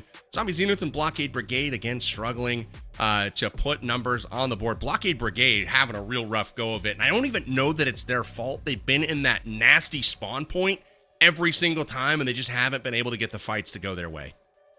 I mean, you can either take the fight or you can go... I mean, there is always the chance that you just go straight through radiation. When you spawn in the west, the northern western spawn can run to radiation, or, I mean, you can just take the fight. So it's really up to the players. They don't have to take the fight, but they seem to be choosing to.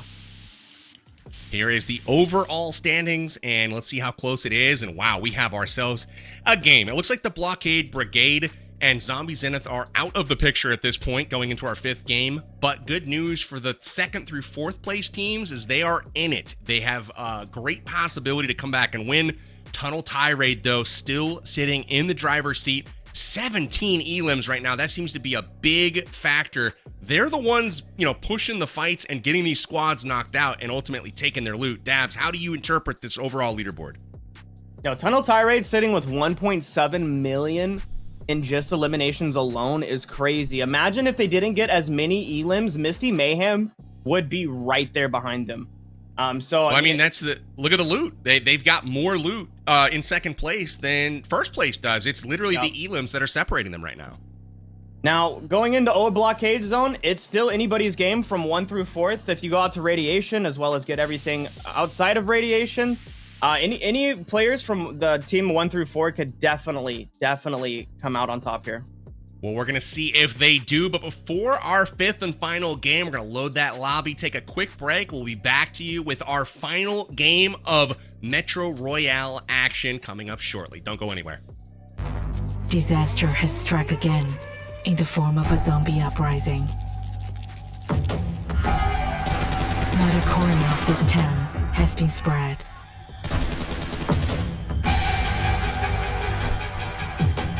They're figuring things out, trying to survive. But night has fallen, and the danger has only just begun.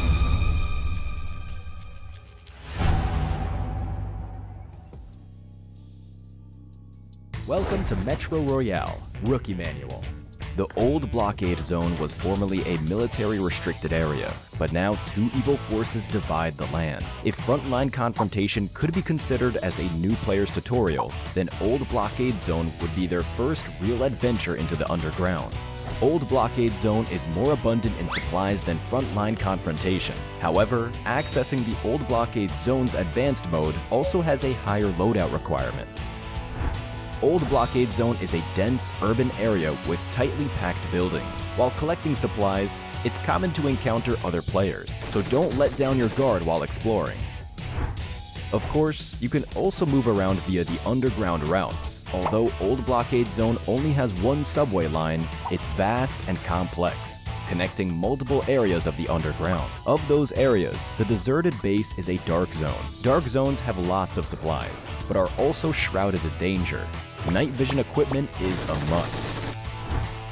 Continue following the subway line to reach the radiation zone. The radiation zone has the best rewards, but also the most risk. It contains valuable supplies, but is full of radiation and danger. When entering, be ready to face radiation and enemies.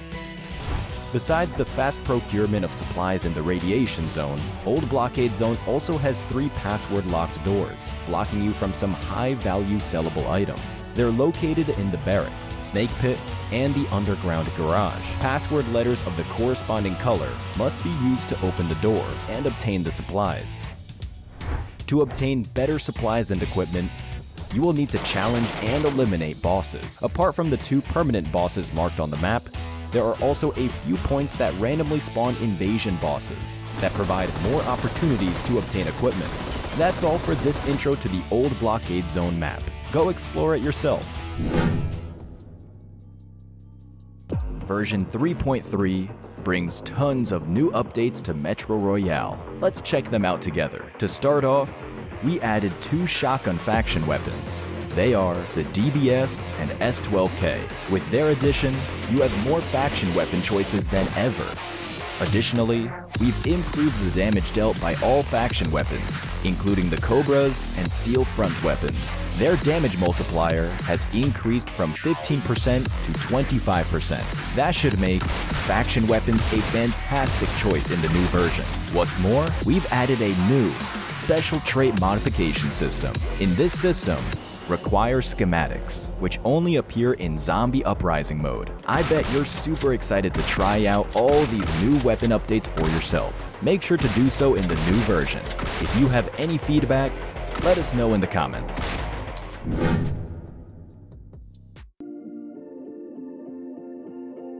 We've added the following new weapons and items to give you a hand against these pesky zombies. First, we have the M134. This new weapon has a large ammo capacity and high rate of fire. Its immense firepower is sure to help you fight your way out of a horde of zombies. However, firing the M134 takes some time to start up, so you need to get your timing right. Up next is the flamethrower. Fire has always been effective against zombies. This weapon's strong frontal firepower can help you wipe out entire waves of them. The flamethrower may be powerful, but its short range makes it more suitable for close-range combat. After using Stealth Serum, you can temporarily avoid detection from zombies. It's an effective evasion method. But remember, if you initiate an attack against a zombie, it will attack back. Lure grenades will attract zombies after being thrown before exploding and dealing damage. It's a great way to disperse zombie swarms. There are special supply crates scattered around the map. Open them to get more supplies, but beware of the zombies that'll come swarming. What's more, you'll obtain more supplies at night than during the day.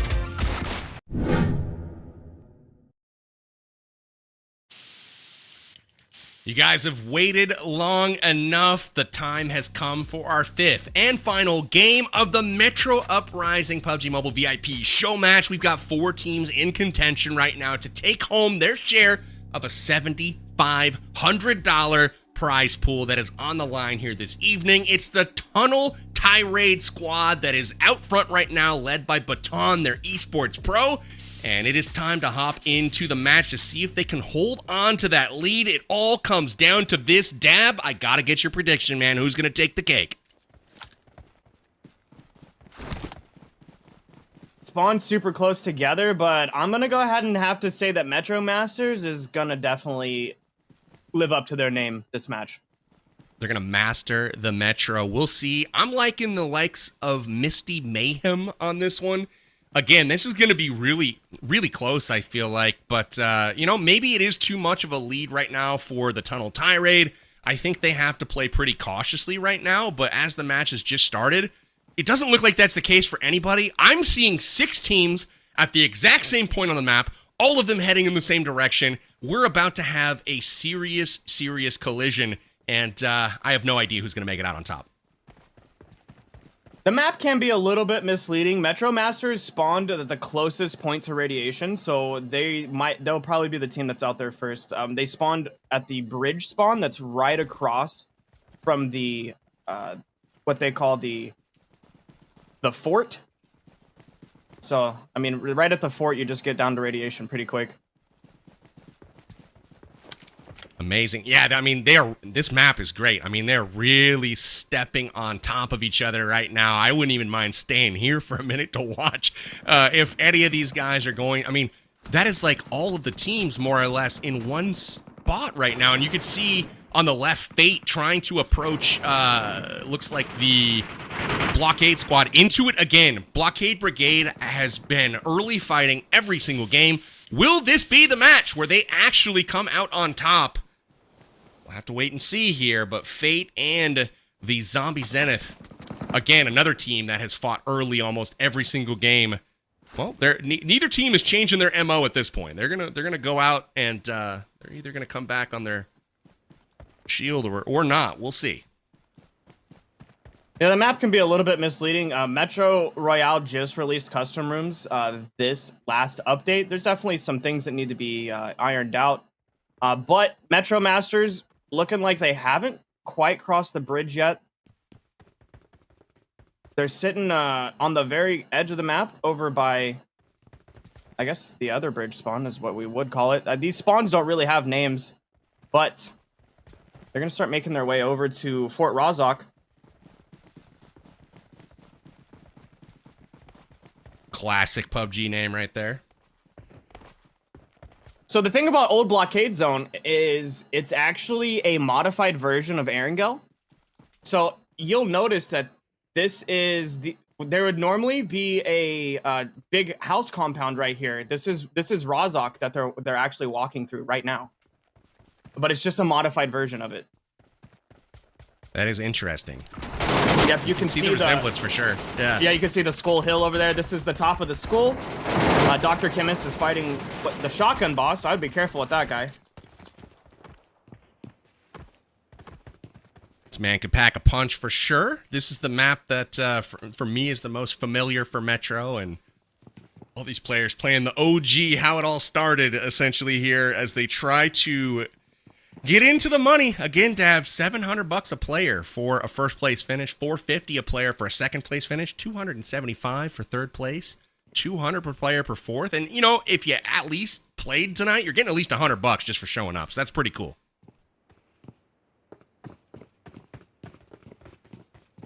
Yeah, this brings me all the way back to Chapter 1. I've been number one in the world 6 times. Chapter 1, Chapter 2, Chapter 3, Chapter 4, Chapter 5, and Chapter 6. And I kind of retired after that. Because you spend several hours, like 18 hours sitting in front of an iPad, grinding the leaderboard, and then sleep, a little bit of sleep. And I just, you know, after doing that for 6 seasons, I thought it was finally time to let somebody else take the reins. Kind of made my mark on the community. You proved you could do it. You proved you could do it. I mean, 6 seasons in a row, world number 1. That's pretty solid, my friend. We're seeing a fight here. You got T-Mags and the Zenith. The Zombie Zenith. Finally gonna get the jump on somebody.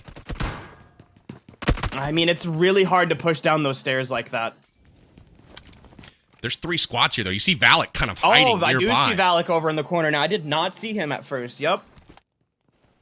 So I don't know. I mean, it's just, again, Misty Mayhem eliminated, except for Valak. So it's all up to him at this point. We've got 3 teams right now that are still kind of, I guess, in the running. And Tunnel Tirade is the one that has jumped out to 1 million loot already. This is not what these other squads wanted to see. Juancho taken down with the grenade. Tunnel Tirade is not letting anybody escape, essentially, right now. But it does look like Zombie Zenith. Is that true? Is that their final survival? It's Fate! Yep, Fate from Zombie Zenith. Is on fire. Yeah, it's really hard to push down this when there's a team sitting on the platform. The only way to successfully take this push now is for him to get a knock like he has, and then to go back up to the top and go to the side entrance. There's actually a little entrance down the tracks a little bit. He could come up behind all of them. Valak sitting there like a ninja, absolutely just like the trigger discipline and not taking the fight right now is crazy. I would have at least knocked 2 of these people. Like, the fact that he's just sitting there and waiting for the perfect moment, I love it. Absolutely. I mean, he's done this now a few times, and the people just haven't run his way, right? he's going to find some folks that are isolated if they head that direction. And of course they don't. Nobody goes that way. He's gonna survive. But I don't know if this is what he actually wanted, right? Because now all of the loot that's in front of him is going to be cleared out. It's going to go to the Arctic allies, which fine and good, I guess. But Valak has to make plays here. He's got to wipe. He's got to take all the loot. And, you know, him and Fate both are, you know, by themselves, more or less. And they're big chilling right now. We'll see if either of them hear each other. I think Valak may have, I don't know if this is in footstep range or not. I think it is. But we'll see if he stays quiet down there. I'm being like 2 million off of having first place. They really can't let Tunnel Tirade get that big of a lead. So Valak sitting right here and it being the last match, I mean, honestly, he needs to go all out right now. Tunnel Tirade, though, has dropped 2 members and they've lost a couple million loot. So they're down to negative 1.2 million at this point. Arctic Allies and Metro Masters are sitting in a good spot. And Blockade Brigade, for the first time today, maybe too little too late, but for the first time today, they have won some fights and they are sitting on top of the leaderboard right now, early on here in Game 5. I mean, at this point, I think Valak is waiting for Santa Claus to show up for Christmas. He definitely should be making some moves here. Being the last match. Dr. Chemist. So it looks like they, I guess, weren't out. Or maybe 2 of them went to radiation, but it looks like Dr. Kura are kind of looting the edges of the map. Interesting strategy for sure. I mean, Valak's at the point where if he's going to chill, he almost has to wipe a squad. Because he's not looting anymore. You know what I mean? Like, the loot is also not going into his bag, but it is at the same time going into everyone else's. So, you know, that's going to be tough. And Arctic Ally is starting to make jumps up the leaderboard here as well. They take over first place for the match. Oh, I think this is the first time we're seeing Yamna out in the radiation zone. And see, these are the dogs I was talking about. The OG dogs. There is 4 boxes on this side, 4 boxes on the other side, and then 4 boxes up at the top. Will she get lucky, though, is the question. We'll see what's in these. No squad yet has been full. Gold limited. bar. Nice. Nice. 2 walkie-talkies or 2 detectors. That's pretty good. Solid crate for sure. Arctic Allies cruising over 1 million loot at the moment. Tablets here. They're another solid 130K. Yamna crushing the loot right now for her squad. I don't know if it's going to be enough, but Arctic Allies are going to try for it. They're going to make the push. They got 6 boxes in this building, so there's a lot. There's the potential to have a couple million here. You got 2 back here in the corner. Now that monkey, the monkey will mess you up. That's good. Good maneuver in there by Juancho. He was able to get a lot of loot. They're up to 1.4 million now. They've doubled up second place. And they're not done yet, but a completely dead vest too. And that's something you got to look out for in Metro. When your vest health gets to 0, you just basically have to extract because you're 1 bullet away. Exactly. It's not like you can go find another level 6. Ooh, massive crate from them. Huge. Million loot in that one. He is cruising now. They've got to be thinking with the vest where they are at. But again, it's all or nothing here. So maybe you risk it. I don't know, Dab. I don't know what the play is, but they're off to a fantastic start. With money on the line, I would risk it no matter what.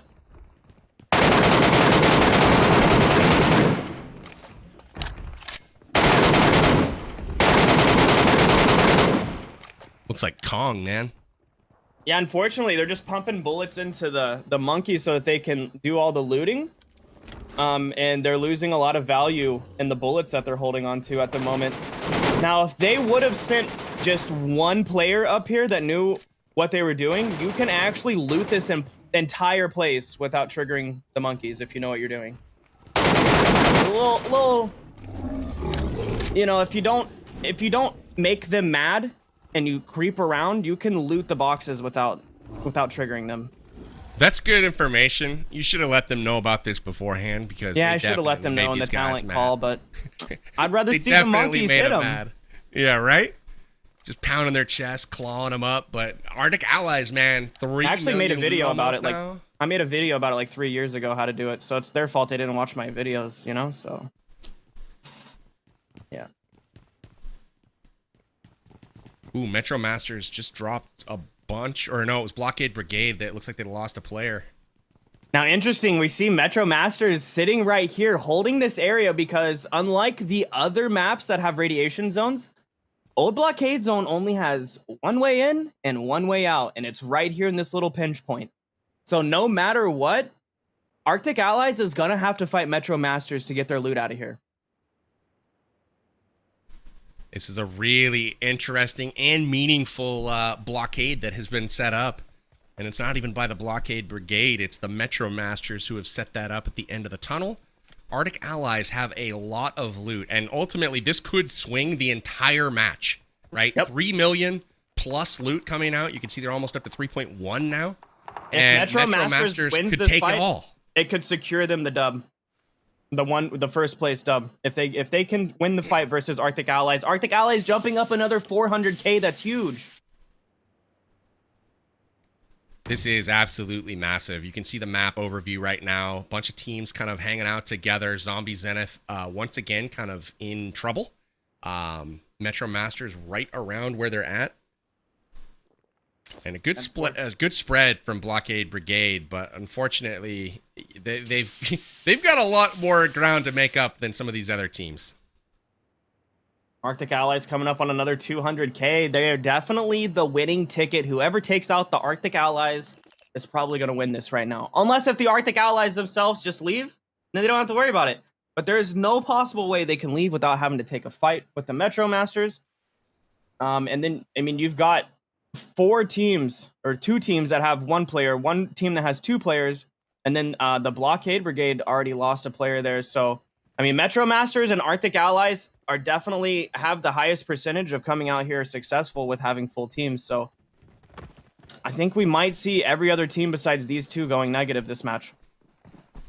It's going to be tough for sure. They make their way through the radiation zone. Again, I liked Arctic Allies here from the beginning in this one. I don't know if it's going to be enough. Obviously, we'll have to wait for the end of the game leaderboards to calculate everything fully. But it is...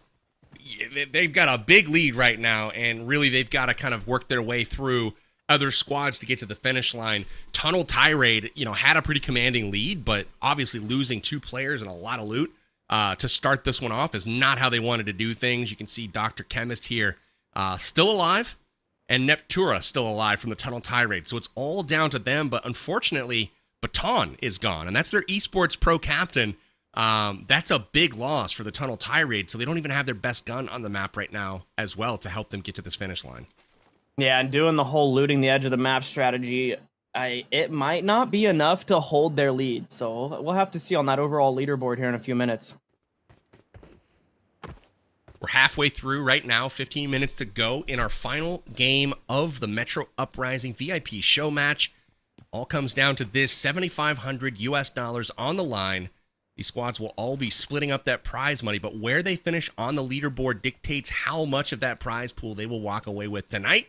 Turn our attention over to Metro Masters, who are still holding the tunnel, holding this corner, the one choke point that they know that Arctic Allies has to work through in order to extract with all of their loot as it nears 4 million at this point. It all comes down to this particular spot, but will they have the patience to stay and hold?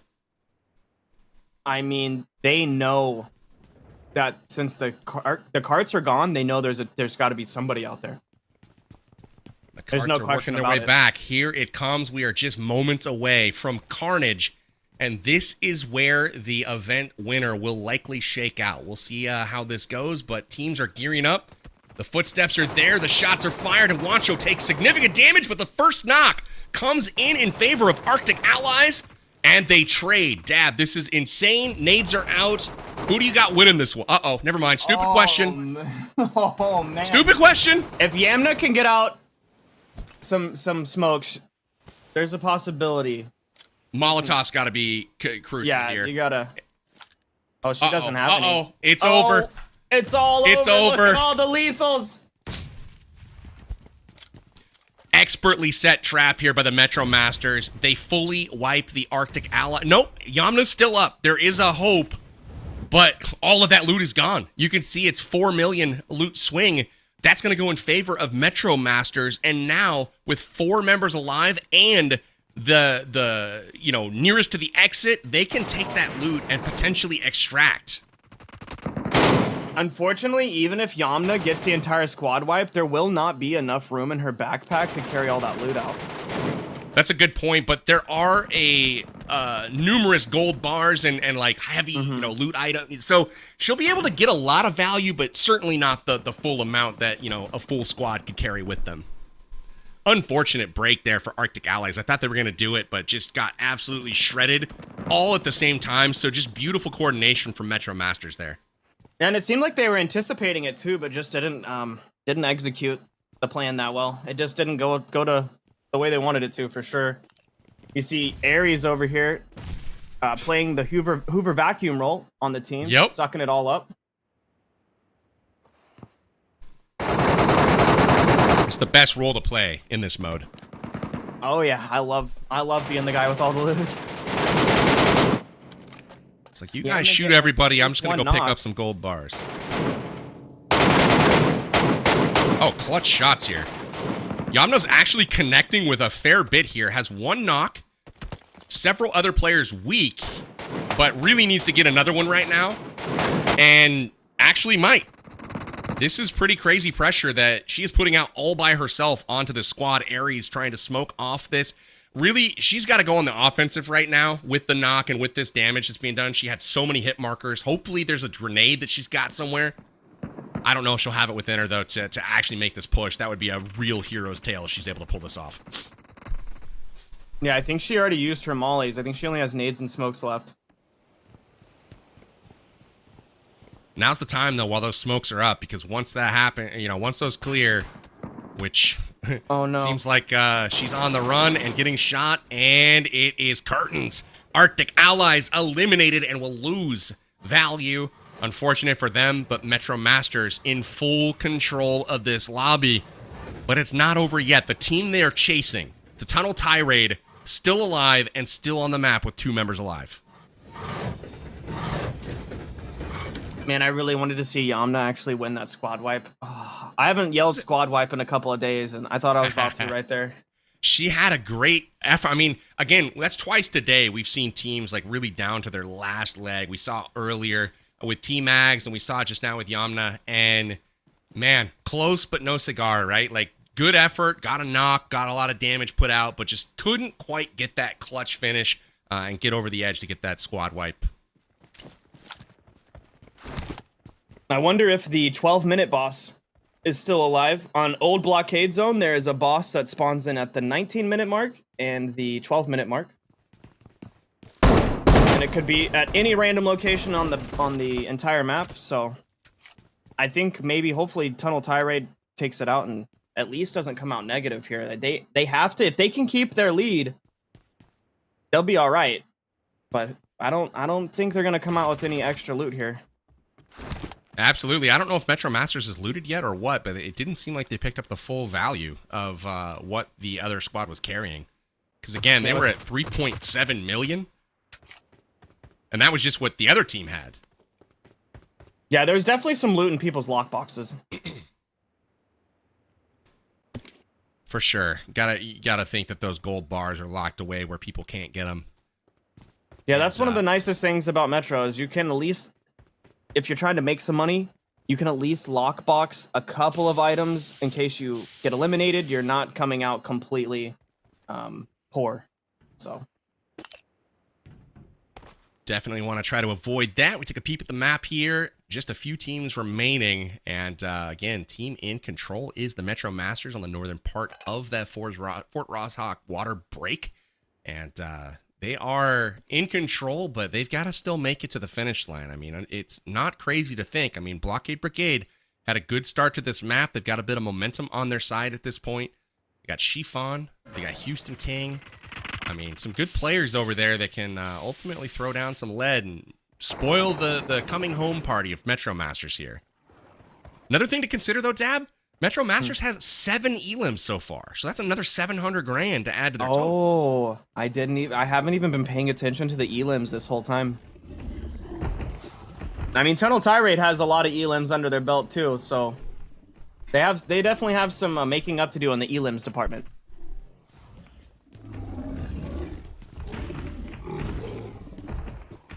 Overall, Metro Masters is sitting on 10 eliminations. So if they extract, I mean, they're going to be tied with eliminations for Tunnel Tirade overall, and then it will just come down to who looted the most.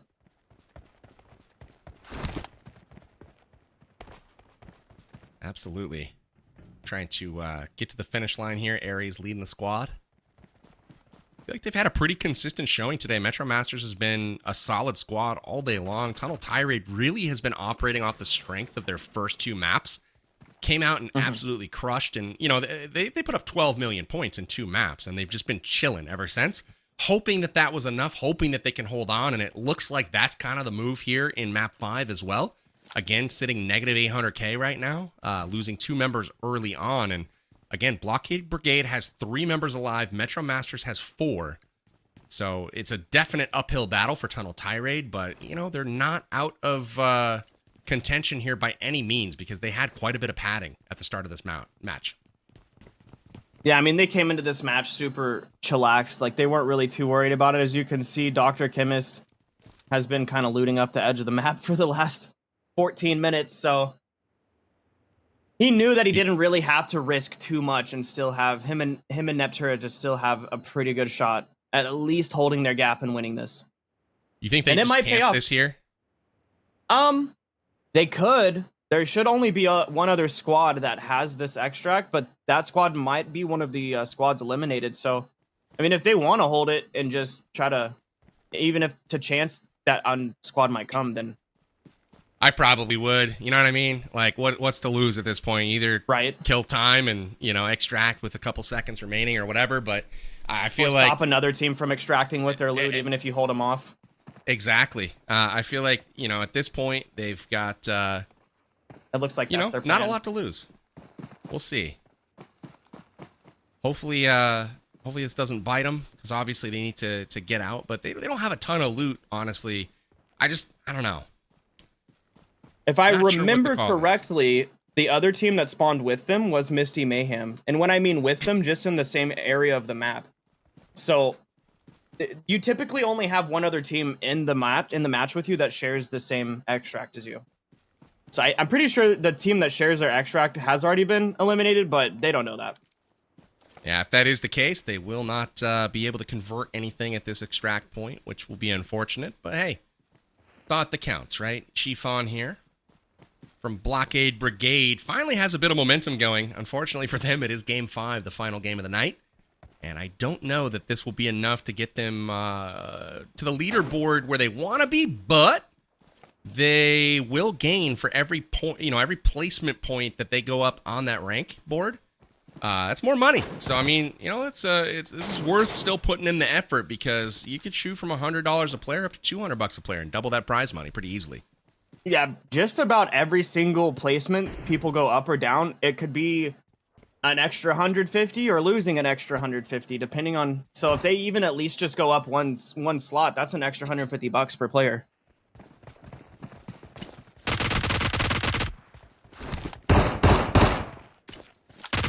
Got one player knocked here. I didn't see how it happened, but Angry Hoser has been knocked. It looks like maybe a we didn't get to see it, but I'm gonna go ahead and guess that the that shotgun boss, or not boss, but the shotgun bandit they were just fighting right there, that has the blue outfit on, it'll cook a nade and throw a cooked nade at you, and will definitely knock you pretty easily. Chiffon here has found out that these bandits are no joke. They really aren't. It's quite funny to see an esports pro get knocked by a bandit just out in the middle of the field. Kind of stop paying it. You know, like, what's he going to do, right? You kind of have that normal PUBG mentality. You know, PUBG Mobile, like if you're looking at a traditional map, it's just like, oh, you know, bandit behind me, whatever. Well, you might want to pay attention in Metro Royale, they really wanted to put out something that was unique and different, and definitely something that players took seriously. And they did not stop at any stop to make that happen. As you can see, the bosses, the bandits, even the monsters that they put on the map, you can't just take the threat lightly. You have to eliminate them, and you have to take them seriously. I mean, they're throwing smokes, for goodness sakes. What in the world? They throw smokes, mollies, nades. They peek corners. They jump. They do all sorts of stuff. Absolutely insane. Well, we have thinned out the lobby even more. Blockade Brigade has had one member extract at this point, the first one of the lobby to get out successfully. So they will not full wipe it at a minimum. They've locked in somebody getting out of here, so that's good. Metro Masters, though, still all 4 players left alive. Looks like they might be doing some loot swapping at the moment. Hard to say. Going up and down at the moment. Probably just some fire. I don't know. We'll see where they end up. But camping that endpoint, you can see Dr. Chemist and Neptura having that thought. But like you said, if they're waiting for Misty Mayhem, they're going to be waiting for a while. They're going to be waiting for the next tournament at this point. Exactly. Which, with custom rooms being a thing, you probably will see a lot of content creators running their own little community tournaments here and there. I know next week I'll be hosting a $100 tournament on my own YouTube channel. And I'm going to be starting a content creator esports league soon for all of the content creators that have, not huge followings, anything above like 500 subs. I'll be making social posts and stuff about it soon. But the custom rooms being made for Metro finally is bringing so much more to the community, so much more value. And it's really invigorating the whole community again to love Metro and get back in the game. Love the community initiatives for sure, and happy that you're doing those. I think that's super cool. Hopefully this catches on and more people are playing it. But tonight, I'm just hoping that I want to see like a $5 difference in like the winner and second place. Imagine if it was just one little heart necklace you didn't pick up. Right? The one you left for your teammate that they just scorned you and said, no, I'm not picking that up. And it ended up being the difference. I mean, honestly, I think it's really close right now. Metro Masters have made a big push this game. They're up to 3.7 million. That's Aries looks so happy. Fair bit more. Yeah, look at them. They're emoting, doing the whole... I mean, look at these guys. They're having a whole conversation right now. 90 seconds. They do have to start making their way to extract. Imagine they get taken out by the blue zone because they were sitting here at the boss location emoting. Could you imagine? Oh, I think they shot a flare. Oh man, that would be There's hilarious. no way. There's no way they're going 850 meters in the next 76 seconds. Maybe they'll go 900 though. They definitely have to have had a flare in play. Let's hope, because this would be a tragic way to end things here for the Metro Masters, closing in on 4 million loot value for the round, and obviously we'll total up all of the elims, which will stack even further on top of this total. Here is the extract, and they will be getting out of here now. Absolutely clutch performance, and ultimately, to me, Dabs, this came down to the strategy to hold the tunnel. One choke point, one way in, one way out. Inevitably, when somebody's having a big game, if you're going to park yourself in that area, you're going to force the action, and you're going to get the jump on them, right? Like, you're the one with the element of surprise. You're the one that gets to fire the initial shots. Beautifully done from them, and I felt like it was an extremely clutch performance to wrap things up. Yeah, in old blockade zone, you definitely have to be looking out for those ambushes when you're trying to leave with the loot, because there's only one way out of that radiation zone. So it was definitely nice to see a forced fight that, the Arctic Allies wasn't about to walk away from. No, they got close. Yamna tried to, scurry her way down, but unfortunately caught a few bullets. Something jumped up and bit her, and just like that, she's out of there. I thought she was going to be able to escape, put up a great fight in the tunnels. But man, looking forward to seeing the recap of that final game, because we had some great moments there for sure. And obviously, we'll be crunching some totals on the leaderboards here behind the scenes to bring you, hopefully, the closest Metro Royale tournament finish ever. I have no idea of what the record is for that, but I feel like this is going to be a nail biter. So let's take a peek at the action for our fifth and final game of the night. This is Metro Uprising, our PUBG Mobile VIP show match, and it was led by the Tunnel Tirade early, getting some good elims here on the bosses, on the bandits, and we saw a good Blockade Brigade fight as well early on.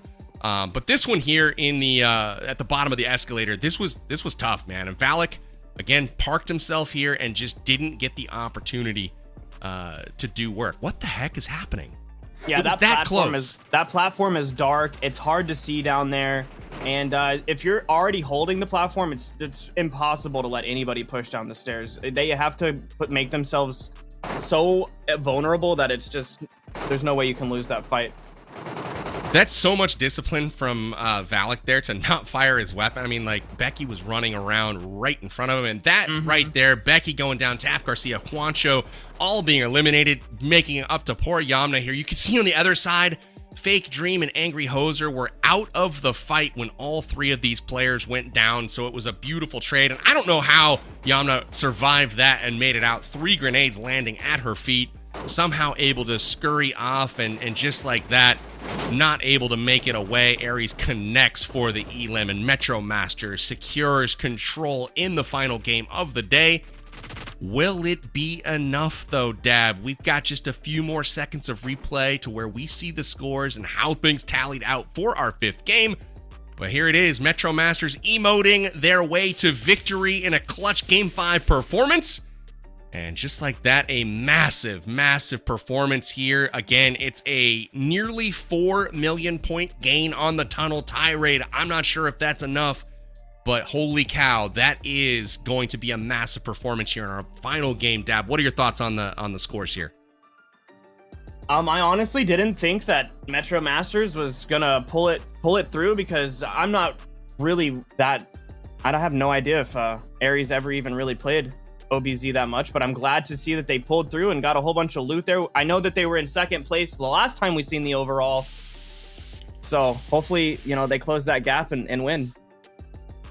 All right, well, I don't think we need to wait any longer. We have the scores from Game 5. We know the scores up to that point, so let's see our totals. Our champion for the VIP show match, Metro Uprising, is indeed the Metro Masters. They did enough in our 5th and final game to take the lead, and for the first time all day, they will be sitting in the 1st place spot, and it's the only time you want to be there, Dab.